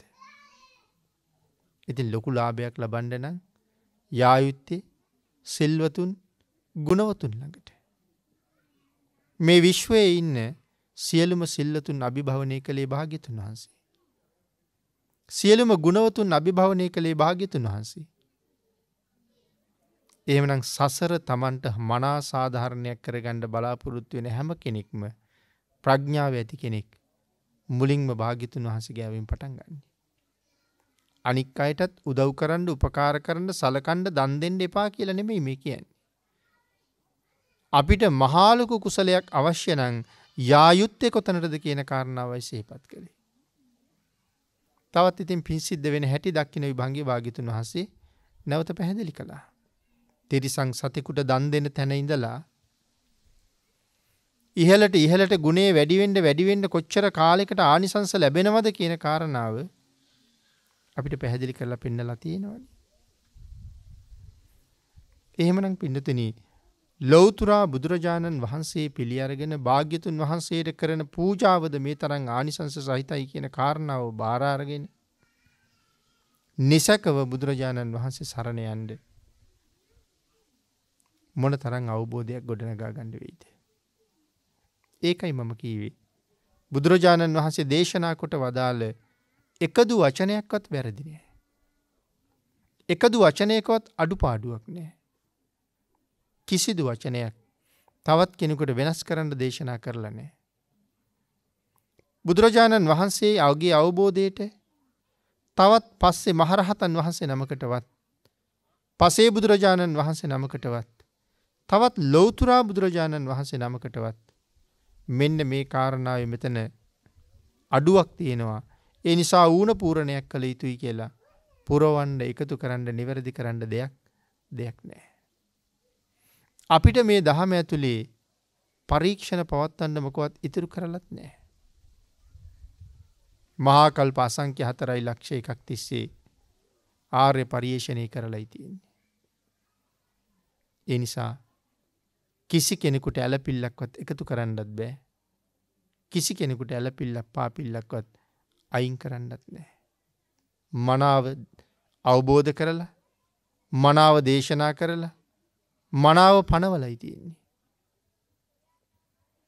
ආන්ගේ ධර්මය තුළ යමක් දේශනා කරලා තියෙනවා නම් ඒ එසේම තමයි කියන කාරණාව නිවැරදිව ශ්‍රද්ධාවෙන් විශ්වාස කරන්න පුළුවන් කෙනෙකුට, පිළිගන්න පුළුවන් කෙනෙකුට බුදුන් සරණ යන්න පුළුවන්.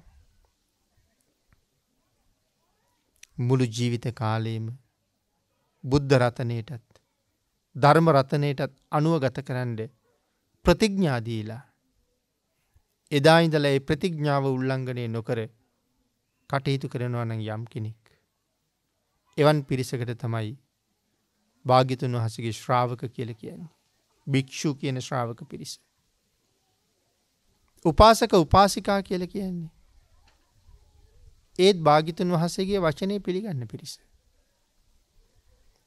පින්නතුනි, භාග්‍යතුන් වහන්සේගේ වචනේ පිළිගන්නවා කියලා කීවට දේශනාවෙන් කොටසක් පිළි අරගෙන කොටසක් අත්හරිනවනම් කීකරු ශ්‍රාවකයෙක් වෙන්න පුළුවන්ද? මේ ප්‍රමාණය විතරක් මම කරනවා. හැබැයි මේ ප්‍රමාණය මට කරන්න බෑ කියලා හිතනවා නම් එතන කීකරු ශ්‍රාවක බවක් නැහැ. ගෙදර වුණත්, පාසලේ වුණත්, රැකියාව කරන තැන වුණත්, කොතන වුණත් අම්මගේ තාත්තගේ වේවා, ගුරුවරුන්ගේ වේවා, ප්‍රධානීන්ගේ වේවා වැඩි අවධානයක් දිනාගන්නේ හොඳට වැඩ කරන කෙනාටනේ. කීකරු දරුවට මව්පියෝ ආදරේ වැඩි. ගුරුවරයා කියලා දෙන දේ හරියටම කරන ශිෂ්‍යයාට ගුරුවරයාගේ සැලකිල්ල වැඩි. රැකියාව කරන තැන හරියට ඒ රැකියාව කරන කෙනාට ප්‍රධානීන්ගේ ගෞරවය වැඩි. ආන් ඒ වගේ තමයි බුදුරජාණන් වහන්සේ දේශනා කරපු මාර්ගය හරියට අනුගමනය කරන කෙනාට භාග්‍යතුන් වහන්සේගේ සරණ නොඅඩුව ලැබෙනවා. හැබැයි අපි තව එක කාරණාවක් මතක තියාගත යුතුයි. මේ ලෝකේ ජීවත් වෙන හුඟක් අය අසරණයි කියන වචනේ කියනවා. හැබැවින්ම අපි අසරණ වෙන්නේ මොන හේතුවක් නිසාද? ආහාර පාන හිගයි, නිවාස හිගයි, ඇඳුම් පැළඳුම් නැහැ. මේ දේවල් ඒ තරම් ලොකු අසරණ බවක් නෙමෙයි. ඒකත් එක්තරා අසරණකමක් තමයි. මේ ලෝකේ කෙනෙක් අසරණයි කියලා කියන්නේ කොහොමද එහෙනම්? කෙනෙක් අසරණ වෙන්නේ බුදුරජාණන් වහන්සේගේ සරණ නැති වෙච්ච තැන. එදාටයි අසරණ. ඒ නිසා අපි භාග්‍යතුන් වහන්සේගේ සරණ තියෙනවා නම් මේ ලෝකේ අසරණ නැහැ. ඔබට මතකද සුප්‍රබුද්ධ? සුප්‍රබුද්ධ කියන්නේ දිලින්දෙක්.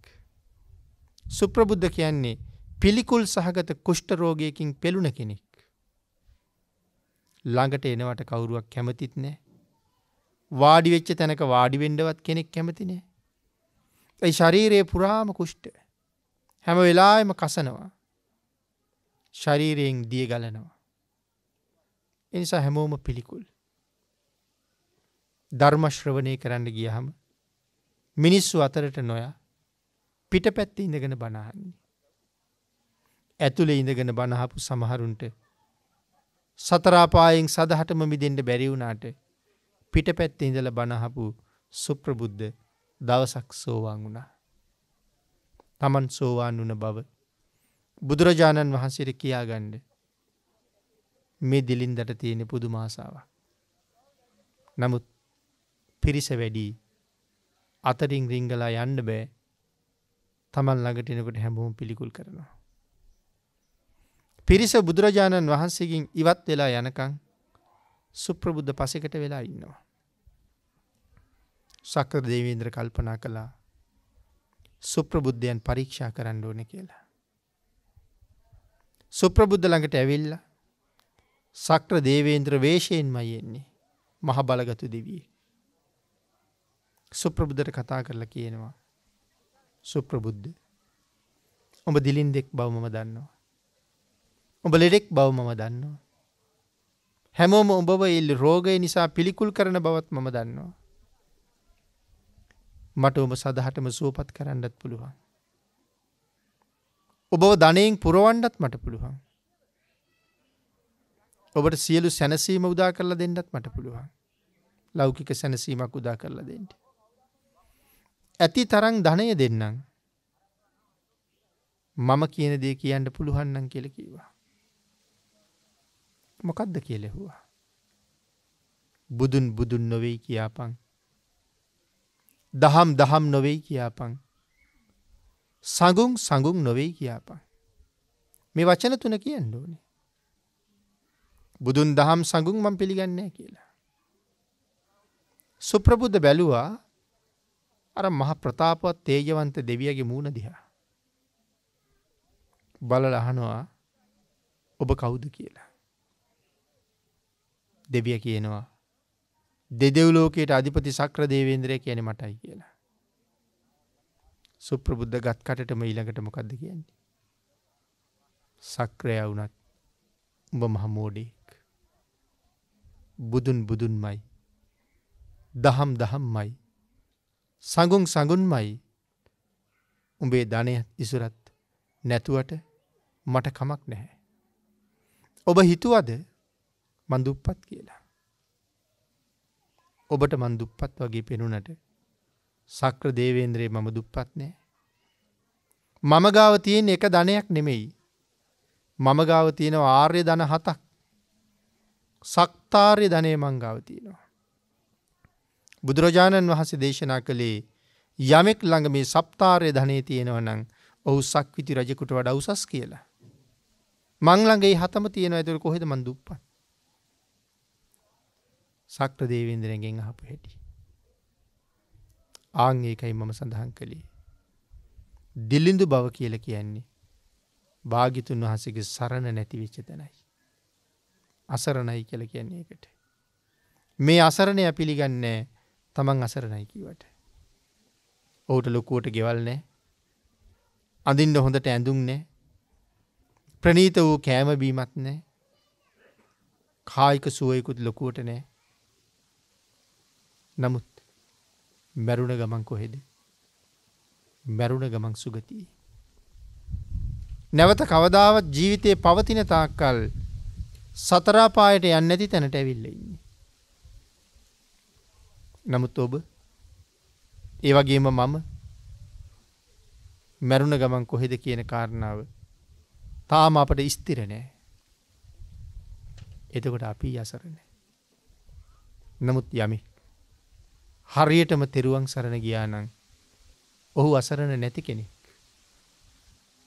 යම් කෙනෙක් සෝවාන් වුණා නම් නිවන් දකින්නතුරු ආයේ කවදාවත් නිරේට නොයන බව ධර්මයෙන් අපි හොඳටම දන්නවා. හැබැයි අපේ බුදුරජාණන් වහන්සේ අපිටත් මගක් කියලා දුන්නා. සෝවාන් වෙන්න බැරි වුණත් අපායෙන් මිදෙන ක්‍රමයක් තියෙනවා කියලා. සෝවාන් වෙන්න බැරි වුණත් අනිවාර්යෙන් අපායෙන් මිදෙන ක්‍රමය මොකද්ද? බුදුන් සරණ යාම. මම මුලින් මතක් කළා කොච්චර අමාරුද? නමුත් හරියටම සරණ ගියොත් කොච්චර ශ්‍රේෂ්ඨද? මතක තියාගන්න ඕනේ. ආන් එහෙම හරියටම භාග්‍යතුන් වහන්සේ සරණ ගියපු පිරිසකට තමයි මේ ලෝකේ බෞද්ධ කියලා කියන්නේ.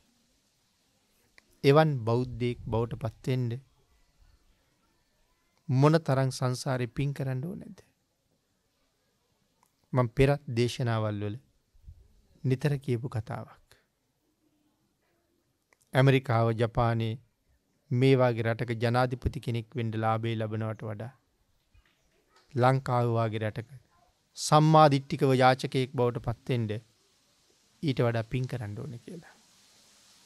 මොකද කොච්චර සැපවින්දත් ඔවුන් මරණයත් එක්ක අනිවාර්යෙන් නිරේට බව දන්නවා. නමුත් මේ රටේ යාචකයෙක් වෙලා හරි ඉපදිලා හරියට තුනුරුවන් සරණ යන්න පුළුවන් වුණොත් මරණයත් එක්ක සුගතිය. ඒ තරම් වටිනවා මේ වාගේ පුණ්‍යවන්ත රටක ලබන සම්මාදිට්ඨික ජීවිතය. එමන අපි කතා කර කර හිටියේ ඔබේ කුසට එන දරුවා දැන් කොයිතරම් වාසනාවන්තද කියලා ඔබට වැටහෙනවද? මිත්‍යා ලබ්ධියක් වැළඳ නොගෙන හරියට මව්පියෝ මග කීවොත් සම්මා දිට්ඨිය තුළ ඉදිරියෙන් ඉදිරියට යන්න පුළුවන් සසර පිං ඇති වාසනාවන්තයෙක් නෙමේද කුසට ඇවිල්ලා ඉන්නේ. ඔහුට හරියට පාර කීවොත් සමහර වෙලට මාර්ගඵලලාභියෙක් වෙන්නත් පුළුවන්. සදහටම සංසාරේ කෙරවල කරන්න තරම් පිං ඇති කෙනෙක් වෙන්නත් පුළුවන්. එතකොට භාග්‍යතුන් වහන්සේ දේශනා කළේ ගාමිනී පරම්පරා ගණනාවක් සතුටු කරවලා මේ ලෝකෙ ඉපදිච්ච අයට කල්යාණ මිත්‍රයෝ මුණ ගැහුනේ නැත්තම් ඔවුනුත් නිරේ කියලා. එහෙනම් ඔබ ඉපදුනෙත් එහෙමයි. මම ඉපදුනෙත් එහෙමයි. අපි හැමෝම පරම්පරා ගණනක් සතුටු කරවලා මේ ලෝකෙට ආපු අය. නමුත් මෙහෙන් යනකොට පරම්පරා ගණනකට අඬන්න හැටියක් නැහැ. ගියේ කොහෙද කියලා වුන් නොදන්න නිසා. ආන් ඒ නිසා අපි ගාව උපදින අයට හරියට නිවැරදිව මඟ කියලා දෙන්න ඕනේ. අපේ බුදුරජාණන් වහන්සේ මව්පියන්ගෙන් දරුවන්ට ඉෂ්ට වෙන්න ඕන යුතුයකම් 5ක් දේශනා කළා සිංහලෝවාද සූත්‍රයේ. මං හිතන්නේ හුඟක් මව්පියෝ වත්මන් අලුත් මව්පියෝ ඒ යුතුයකම් 5 දන්නේ නැහැ කියලා. අපේ වැඩිහිටි මව්පියෝ ඒ යුතුයකම් දන්නවා ඇති. නමුත් හුඟක් දෙනා අතින් යුතුයකම් සම්පූර්ණ වෙලා නැතුව ඇති කියලා හිතෙනවා. මොනවද මේ යුතුයකම් 5? පළවෙනි එක පාපානිවාරෙන්ති. මව්පියන්ගෙන් ඉෂ්ට විය යුතු දෙවෙනි යුතුයකම කල්යාණේ නිවේසෙන්ති. මව්පියන් කළ යුතු තුන්වෙනි යුතුයකම සිප්පන් සික්ඛාපෙන්ති. හතරවෙනි යුතුයකම දායජ්ජන්නීයා දෙස්සාමි. අවසානට සඳහන් කළේ සුදුසු කුලයකින් ආවාහ විවාහ කරලා දෙන්න ඕනේ. පවෙන් වළක්වන්න ඕනේ. කල්යාණ මිත්‍රයන් ඇසුරු කරවන්න ඕනේ. හොඳට උගන්වන්න ඕනේ. දායාද සමසේ බෙදන්න ඕනේ. ආවාහ විවාහ කරලා දෙන්න ඕනේ. මේ තමයි යුතුයකම් ටික. පළවෙනි එක ක්‍රියාත්මකයි වගේ පේනවද? දෙවෙනි එක ක්‍රියාත්මකයි වගේ පේනවද? තුන්වෙනි එක ක්‍රියාත්මකයි. ඕනෑවටත් වඩා. හොඳට උගන්වන්න තියෙන පුදුම තරගයක්. තරඟේ වැඩි වුණාම තමන් ගැන හිතන්නෙත් නැහැ. දරුවා ගැන හිතන්නෙත් නැහැ. දහම ගැන හිතන්නෙත් නැහැ. සසරට බයත් නැහැ. තරඟයත් එක තණ්හාව වැඩි වෙලා.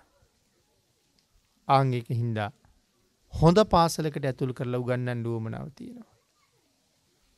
හැබැයි ඒ පාසලට දරුවා ඇතුල් කරන්න තරම් දරුවට සුදුසුකමක් නැත්තම් අල්ලසක් දෙන්න උත්සාහ කරනවා.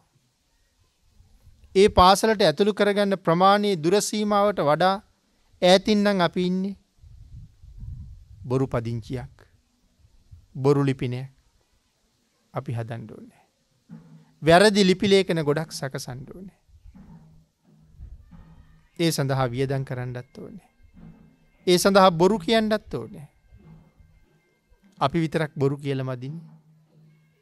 ළමයා ලව්වත් බොරු කියවන්න ඕනේ. ඒ වැරදි ලිපිනේ පවා ළමයාට කියලා දෙන්නත් ඕනේ.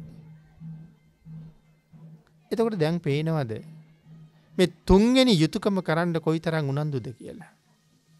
තමන් නිරේට යන බව පවා අමතක කරලා තුන්වෙනි යුතුයකමට මහන්සි වෙනවා.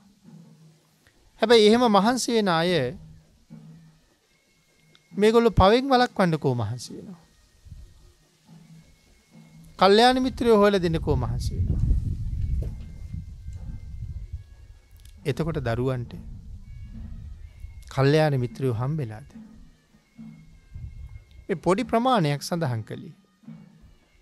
තව මේ වගේ දේවල් කොච්චර තියෙනවද?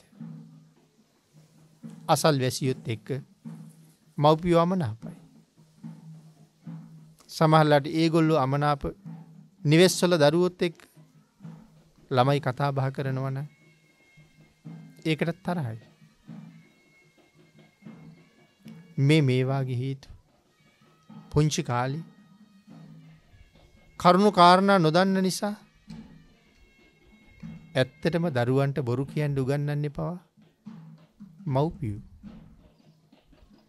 කල්යාණ මිත්‍රත්වයේ අහිමිවීම කොයිතරම් පාඩුද.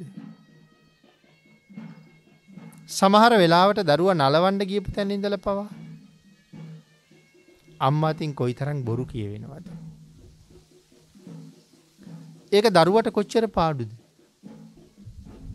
එහෙම වෙන්නේ නැද්ද හිතන්න. බය කරන්න වෙච්චහම, නිදි කරවන්න වෙච්චහම, කෑම කන්න නැතිකොට කෑම කවා ගන්න. අපි කොච්චර බොරු කියනවද. හැබැයි කාලයක් යනකොට ළමයා දැනගන්නවා අම්මා කියන්නේ බොරු කියලා. ඊට පස්සේ ළමයාට අම්මගේ වචනේ විශ්වාසද? ඊට පස්සේ ළමයා දන්නවා අම්මා කියන්නේ බොරු කියලා. පස්සේ කාලේ ලොකු මහත් වෙලා අම්මට විරුද්ධව කතා කරනකොට, තාත්තට විරුද්ධව කතා කරනකොට, මව්පියන්ට බොරු කියනකොට, මව්පියන්ට බනිනකොට අම්මා කියනවා පුතේ අම්මට බනින්න එපා. අම්මා එක්ක එකට එක කියන්න එපා. පව් සිද්ධ වෙනවා. අපාය යන්න සිද්ධ වෙයි. ළමයා පිළිගනීද? ඒ මුලින් කියලා තියෙන්නේ බොරු. එහෙනම් දැන් අද අම්මා ඇත්ත කියනකොට ඒකත් ළමයා හිතන්නේ බොරු. දැන් බලන්න කොච්චර පාඩුද කියලා. සත්පුරුෂයෝ මුණ නොගැහුනොත් පරම්පරා ගණනක් සතුටු කරපු අය නිරේට කියලා සඳහන් කළේ මේක නිසා නෙමෙයිද? අපි උගන්වපු අය. අර විදිහට මහන්සි වෙලා මූලික යුතුයකම් දෙකම අමතක කරලා නමුත් උපාධි 4-5ක් ගන්න තැනට යනකම් උගන්වලා තියෙනවා. නමුත් ඒ අය කවදාවත් පන්සිල් ආරක්ෂා කරනවද? අනිත් ටික ඔක්කොම පැත්තක තියලා පන්සිල් ගැන හිතන්නකෝ. උගත් ප්‍රජාව සියලු දෙනාම පන්සිල් රකින්න අයද? නමුත් පන්සිල් නොරකින්නවා නම් රටත්, ජාතියත්, ආගමත් තුනම නැති කරන කෙනෙක් කියලා තේරෙන්නේ නැද්ද? පන්සිල් නැත්තම්. එහෙම කෙනෙක් වෙනවා.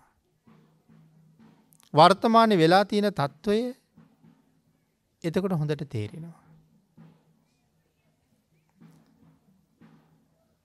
රට නැති කරනවා කියලා කියහම බලන්න කොච්චර අය මේ රටින් විදේශ රටවල් වලට ගිහිල්ලා ඒ රටවල් වල හැංගෙනවද? වංචා කරනවද? මත්ද්‍රව්‍ය වාගේ දේවල් ගෙනහිල්ලා ඒ රටවල් වල කොච්චර අහුවෙලා සිරගත වෙලා රටට අපකීර්තියක් ගේනවද? ආන් ඒක නිසා නේද සමහර රටවල් වලට යනකොට අපිට ලොකුවට වත්කම් පෙන්වන්න වෙලා තියෙන්නේ.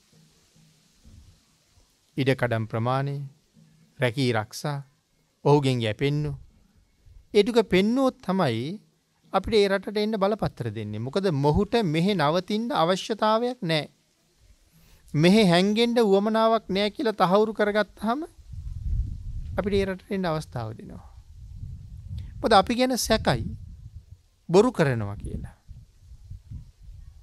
එතකොට රට පිළිබඳව තියෙන ගෞරවනීය නාමය විනාශ කරනවා. පන්සිල් නැති නිසා. පන්සිල් තියෙනවා නම් බොරු කරන්න බෑනේ. පන්සිල් තියෙනවා නම් හොර කරන්න බෑනේ. ජාතියේ ගෞරවය මේ ලෝකයේ අජානීයන් පිළිබඳව දේශනා කරනකොට ඔය සිංහ සූත්‍රයේ වාගේ සීහ සූත්‍රයේ වාගේ තැන්වල අජානීය කියන වචනයට කොච්චර අයිති වෙන පිරිසක් ඉන්නවද කියලා පැහැදිලි කරනවා. අපි නම් කතා කරන්නේ අජානීය අශ්වයෝ ගැන.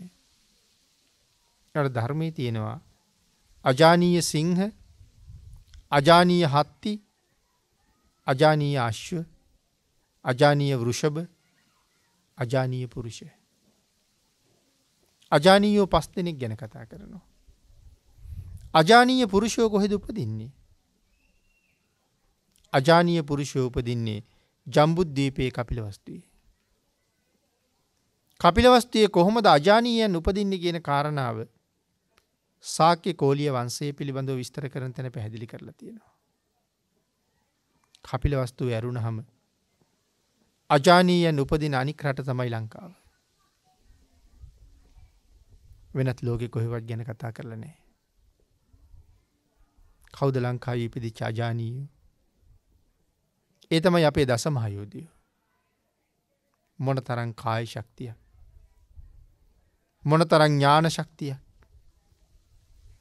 සමහර යෝධයෝ සම්බුද්ධ ශාසනය ආරක්ෂා කරන්න යුද්ධ කරලා පස්සේ මහණ වෙලා රහත් වුණා. තේරපුත්තාබේ ගෝඨයිම්බර වගේ අය සංසාරෙම අත්හැරලා ගියා. සමහර යෝධයෝ සුගතියට ගියා.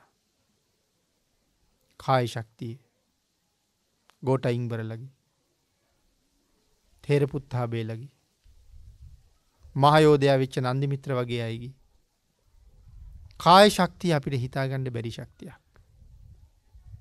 මිනිස්සු කෝටි 100කට වඩා නන්දිමිත්‍ර ශක්තිමත් කියලා කියන්නේ. උදාහරණ සහිතව. එවන් ජාතියකින්, එවන් මුතුන් මිත්තන්ගෙන් පැවතීගෙන එන ජාතියක්. නමුත් අද ඒ අදීන නාමය කොයිතරම් පළුදු කරලාද? එනම් ජාතියත් විනාශ කරලා, ආගමත් විනාශ කරලා, බුදුදහම විවේචනය කළොත්, භික්ෂූන් වහන්සේලාට පහර ගැහුවොත්, ශාසනය විනාශ කරන්න කටයුතු කළොත්, ඒ කටයුතු කරන්නන් අතර අපිම ප්‍රධාන නැද්ද කියලා කල්පනා කරලා බලන්න ඕනේ. එහෙනම් පන්සිල් නැති තැන රටයි ජාතියයි ආගමයි තුනම විනාශ කරන පිරිසක් ගොඩනැගෙනවා කියන කාරණාව තව උදාහරණ කීයකින් කතා කරන්න පුළුවන්ද? කවුරු නිසාද? අපි අපේ යුතුයකම හරියට සම්පූර්ණ නොකළොත් මොන තරම් විනාශයක් සිද්ධ වෙනවද? එතකොට අද ඒ විනාශය නෙමෙයි උදා වෙලා තියෙන්නේ. එයි පළවෙනි යුතුයකමයි දෙවෙනි යුතුයකමයි අමතක කරලා තුන්වෙනි තැන ඉඳලා පටන් ගත්ත නිසා අපි හැමෝටම වැරදිලා. එතකොට අපි භාග්‍යතුන් වහන්සේට කී කරුද මේ ප්‍රශ්නෙට උත්තර හොයන්න ඕනේ. කෝ අපි පවෙන් වළක්කලා, කෝ අපි කල්යාණ මිත්‍රයෝ ඇසුරු කරලා මේ භාග්‍යතුන් වහන්සේ අපිට කරන්න කියපු දේවල් එහෙනම් අපිත් කීකරු ශ්‍රාවක කියන තැනින් නිකම්ම එළියට විසි වෙලා. ආන් ඒක නිසයි සඳහන් කළේ පරම්පරා ගානක් සතුටු කරවමින් ඉපදිච්ච අයට සත්පුරුෂයෝ හම්බුන්නේ නැත්තන් නිරේට කියලා. ඊළඟට පින්නතුනි, අම්මා තාත්තා මේ ලෝකේ කොයිතරම් ශ්‍රේෂ්ඨද? බුදුරජාණන් වහන්සේ අම්මා තාත්තා කියන නමට කොයිතරම් ගෞරවයක් දුන්නද? මේ විශ්ව ධාතුව තුල අම්මා තාත්තට මොනතරම් ස්වභාව ධර්මයාගේ ආශිර්වාදයක් තියෙනවද? ආන් ඒක නිසා තමයි දසවස්තුක සම්මාදිට්ඨියේ මවෙක් ඇත පියෙක් ඇත කියලා කාරණා දෙකක් වෙනම තියෙන්නේ. ඒ තරම්ම සුවිශේෂී චරිත දෙකක් මේ විශ්වය තුල අම්මා සහ තාත්තා කියලා කියන්නේ. ධර්මයක තැනක සඳහන් කළා අම්මා හඳුන්වන්න නමක් අම්මා තාත්තට මහා බ්‍රහ්ම කියලා. හැබැයි දෙමව්පියෝ තමන්ගේ යුතුයකම දරුවා වෙනුවෙන් හරියට කළේ නැත්තම් ඒ මව්පියෝ දෙපළ එකතු වෙලා මේ රටට හදලා තියෙන්නේ සම්පතක් නෙමෙයි. ඔවුන් මේ රටට හදලා තියෙන්නේ හැබැවින්ම පිළලයක්. ඔවුන් හදාපු දරුවගෙන් සමස්ත සමාජයටම වෙලා තියෙන්නේ කරදරයක්. එවන් මව හැතිරියක් කියලා කියලා තියෙන්නේ. ධර්මයේ ඇය ගැන සඳහන් කළේ ඇය හැතිරියක්. ඔහු හතුරෙක්. ඒ අම්මයි තාත්තයි හැතිරියක් සහ හතුරෙක් කියලා කියලා තියෙන්නේ. ඇයි ඔවුන් ಗುಣධර්ම නැතුව හදාපු දරුවෝ නිසා රටේ ජීවත් වෙන අනික් අයට මොන තරම් හිරිහැරයක්ද? ඒකට එවන් අය අගය කරන්නේ නැහැනේ. මූලික කාරණාව පූර්ණේ කරපු නැති හින්දා. මේ වාගේ කරුණු රැස මේ සූත්‍රයත් එක්ක සාකච්ඡා කරන්න පුළුවන්. අපේ බුදුරජාණන් වහන්සේ අසි බද්දක ගාමිනීට සඳහන් කළා ගාමිනී දස අකුසල් වලින් යුක්තයි නම් යමෙකුගේ ජීවිතේ කවදාවත් ඔහු සුගතියට ගෙනියන්න බෑ කියලා. පින්නතින් හිතන්න. කෙනෙක් වයෝවෘද්ධයි. කෙනෙක් අසනීපයි. ඔහු සුවපත් කරවන්න ආශිර්වාද කරන්න අපි කොච්චර දේවල් කරනවද? බෝධි පූජා පවත්වනවා. දන් දීලා පින් අනුමෝදන් කරනවා. ධර්ම දේශනා සිද්ධ කරනවා. තවත් නොයෙක් පින්කම් කර කර අපි ආශිර්වාද කරනවා. නමුත් ඒ පුජ්‍යලයා ජීවත් වෙච්ච කාලේ අර පන්සිල් වලට අනුව දස අකුසල් වලින් වැළකීලා ජීවත් වුණාද කියලා ටිකක් හිතලා බැලුවොත් අතපය හතර වළංගු මදි වෙලා එක්තැන් වෙලා වැටෙනකම් දස අකුසලයෙන් යුක්තවම නම් ජීවිතය ගෙවුනේ. අපි මේ අනුමෝදන් කරන පින් සහ කරන ආශිර්වාද ඔහු කරා ගමන් කරයිද කියන කාරණාව පිළිබඳව සැකයක් නැද්ද? ඒ කළු ගලක් ගෙනහිල්ලා වතුරට දාලා ගොඩට එන්න කියලා අඬ ගැහුවට කළු ගල කොච්චරවත් ගොඩ එන්නේ නැහැ. ජීවිත කාලයක් මොහු දස අකුසලයෙන් යුක්තවම නම් ජීවත් වුණේ. ඔහු ගොඩ ගන්න අපි උත්සාහ කළාට පුළුවන්ද කියන කාරණාව ගැන ආපහු හිතන්න සිද්ධ වෙනවා. ඊළඟට භාග්‍යතුන් වහන්සේ දේශනා කළා ගාමිනී යම් කෙනෙක් මේ ලෝකේ ජීවත් වෙනකොට ප්‍රාණඝාතයෙන් වැළකුණා නම්, හොරකමින් වැළකුණා නම්, වැරදි කාමසේවනයෙන් මුසාවාදයෙන් වැළකුණා නම්, වචනයෙන් කරන වැරදි 4න් නැත්නම් ඉතුරු වැරදි 3න්, හිතින් කරන වැරදි 3න් ආදී දස අකුසලයෙන් වැළකීලා ජීවත් වුණා නම් ඔහු මේ ලෝකේ කොයිතරම් ශ්‍රේෂ්ඨද? දස අකුසල් නොකර ජීවත් වුණ කෙනා මේ ලෝකේ කොච්චර ශ්‍රේෂ්ඨද? පින්නතින් හිතලා බලන්න. ප්‍රාණඝාතයෙන් වළකින එකම මේ ලෝකේ මොනතරම් ආනිසංසදායකද කියලා. හොඳම උදාහරණය මහබෝසතාණන් වහන්සේ. සිද්ධාර්ථ නමින් අන්තිම ආත්ම භාවය උපදිනකොට දෙවියෙකුට, බ්‍රහ්මියෙකුට, මාරයෙකුටවත් මහබෝසතාණන් වහන්සේට අනතුරක් කරන්න නම් පුළුවන්කමක් ඇත්තෙම නැහැ. සඳහන් කළේ මදුරුවෙකුටවත් සිද්ධාර්ථ කුමාරයන් වහන්සේගේ හම සිදුරු කරන්න බෑ කියලා.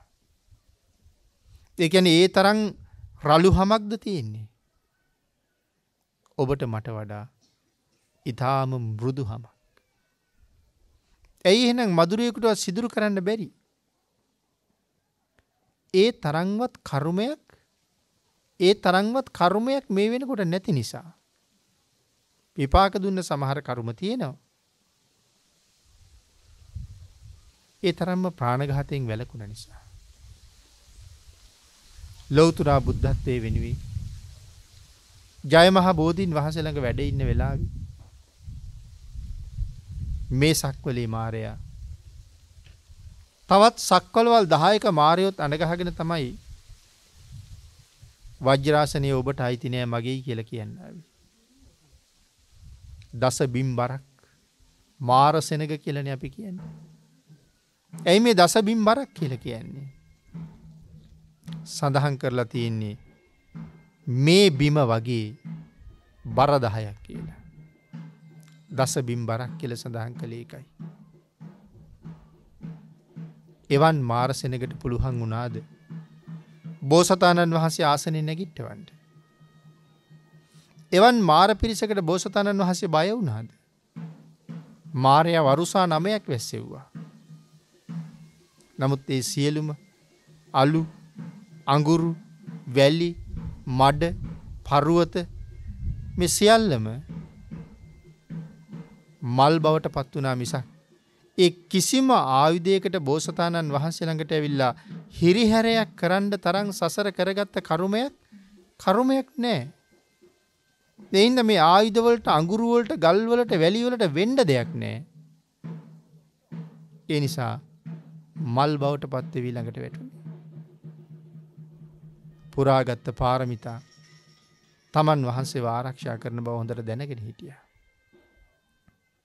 මාර සේනාව කොයිතරම් කරදර කරන්න ආවත් සියලුම දෙවිවරු බෝසතාණන් වහන්සේ අතහැරලා ඒ වෙනකොටත් පලා ගිහිල්ලා තිබුණත් නිර්භයව වැඩ හිටියා. මේ තරම් සංසාරේ මම පුරාගත්ත පාරමිතා හරියට යෝධයෝ 10 දෙනෙක් වගේ. මහ බෝසතාණන් වහන්සේ කල්පනා කළේ මාරයාගේ පිරිස කොයිතරම් ලොකු වුණත් මාපිරු පාරමිතා නැමැති ගිනිහුල ළඟ ඔවුන් සියලු දෙනා මට පළඟැටියෙන් විතරයි කියලා. ඒ තරම් ශක්තියක් අරගත්තේ මේ උතුම් සිල් ගුණ පෝෂණය කරපු නිසා. දේශනා කළා. එහෙනම් පින්නතුනි මේ සිල් පදවලින් යුක්ත වෙන එක නිවන් දකින්න තුරු මේ සසරට කොයි තරම්නම් ශක්තියක්ද. භාග්‍යතුන් වහන්සේ දේශනා කළා ගාමිණී තෙල් වර්ග වතුරට දාලා යම් කෙනෙක් ඒ වතුර වල වටේට කැරකි කියනවා අනේ තල තෙල් අනේ ගිතෙල් යට යන්න කියනවා. කළු ගලට අඬ ගැහුවා උඩ එන්න කියලා. තෙල් වලට කියනවා යට යන්න කියලා. ගාමිණී තෙල් යට යනවද කියලා ඇහුවා. ගාමිණී සඳහන් කරනවා නෑ ස්වාමීනි. තෙල් දාලා තිබිච්ච කලගෙඩිය බිඳිලා කටු ටික යට යනවා. කොච්චර යටට ගෙනහිල්ලා කලේ බින්දත් තෙල් ටික උඩ එනවා. මේ ලෝකේ දස අකුසලයෙන් වැළකීලා ජීවත් වුණා නම් යම් කෙනෙක් ඒ ඕනෑම කෙනෙක් ඒ වගේ. මේ ලෝකේ වෙන කාටවත් සිල් රැක්ක ගුණ පුරපු කෙනා සතර අපායට තල්ලු කරන්න බෑ. කපලා කොටලා ඇනලා මරලා දැම්මත් මරණයත් එක්කම සුගතියේමයි උප්පත්තිය ලබන්නේ. තෙල් තිබුණ කලගෙඩියේ කටු යටට ගුණ පුරපු පුජ්‍යලයා මරුණහම ඔහුගේ කටු ටික වල යටට යනවා. නමුත් භවගාමී ජීවිතයේ සුගතියට යනවා. ආන් එහෙම ජීවිතයක් පෝෂණය කරන්නයි බුදුරජාණන් වහන්සේ අවවාද කළේ.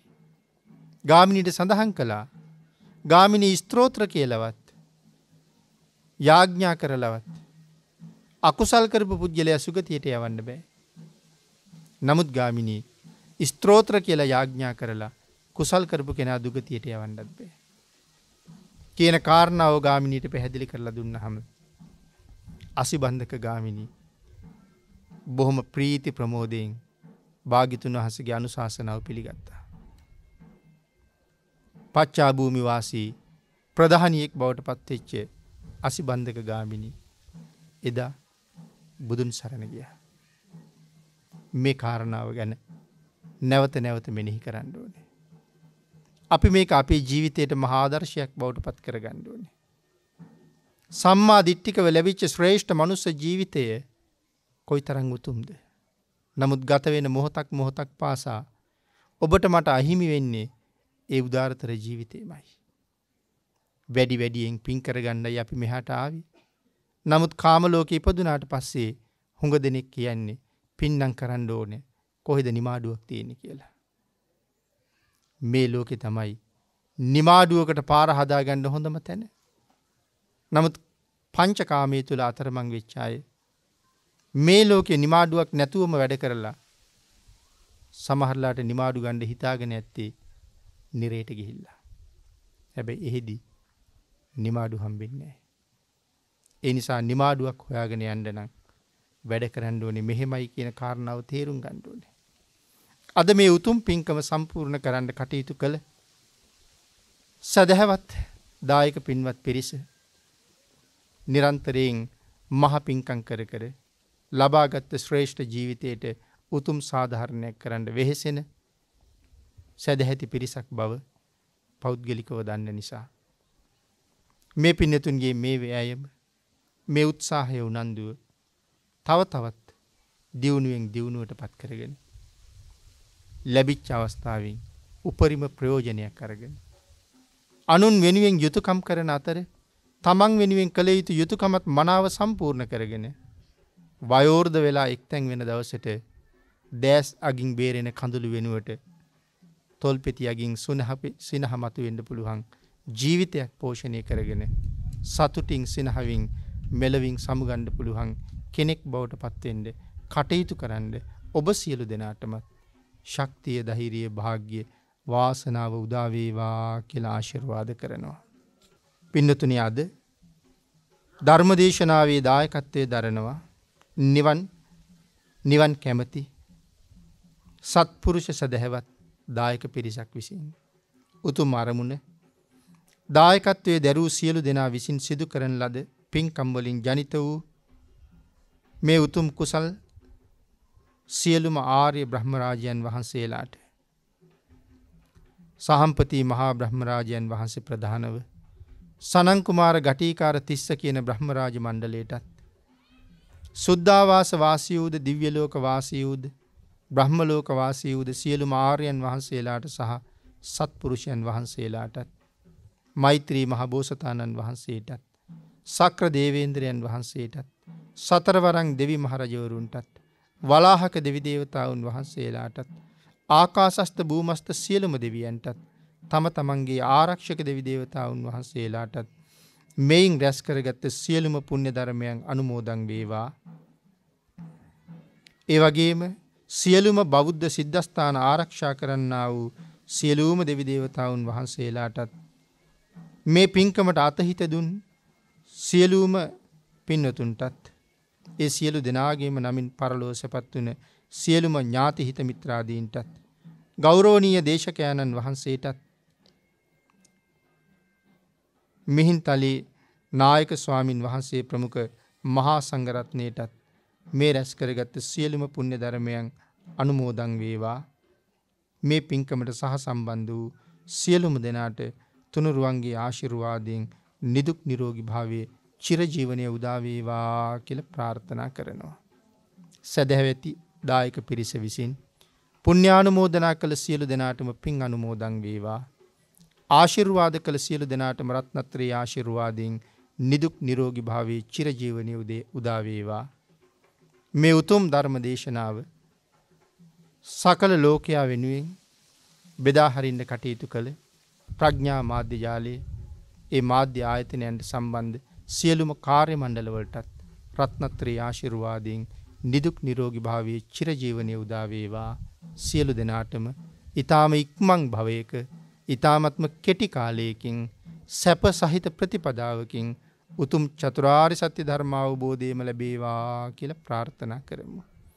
ආකාසට්ඨා ච බුම්මට්ඨා දේවා නාග මහිද්దికා පුඤ්ඤන්තං අනුමෝදිත්වා චිරං රක්ඛන්තු ලෝක සාසනං දේවෝ වස්සතු කාලේන සස්ය සම්පatti හේතුච පීතෝ භවතු ලෝකෝ ච රාජා භවතු ධම්මිකෝ.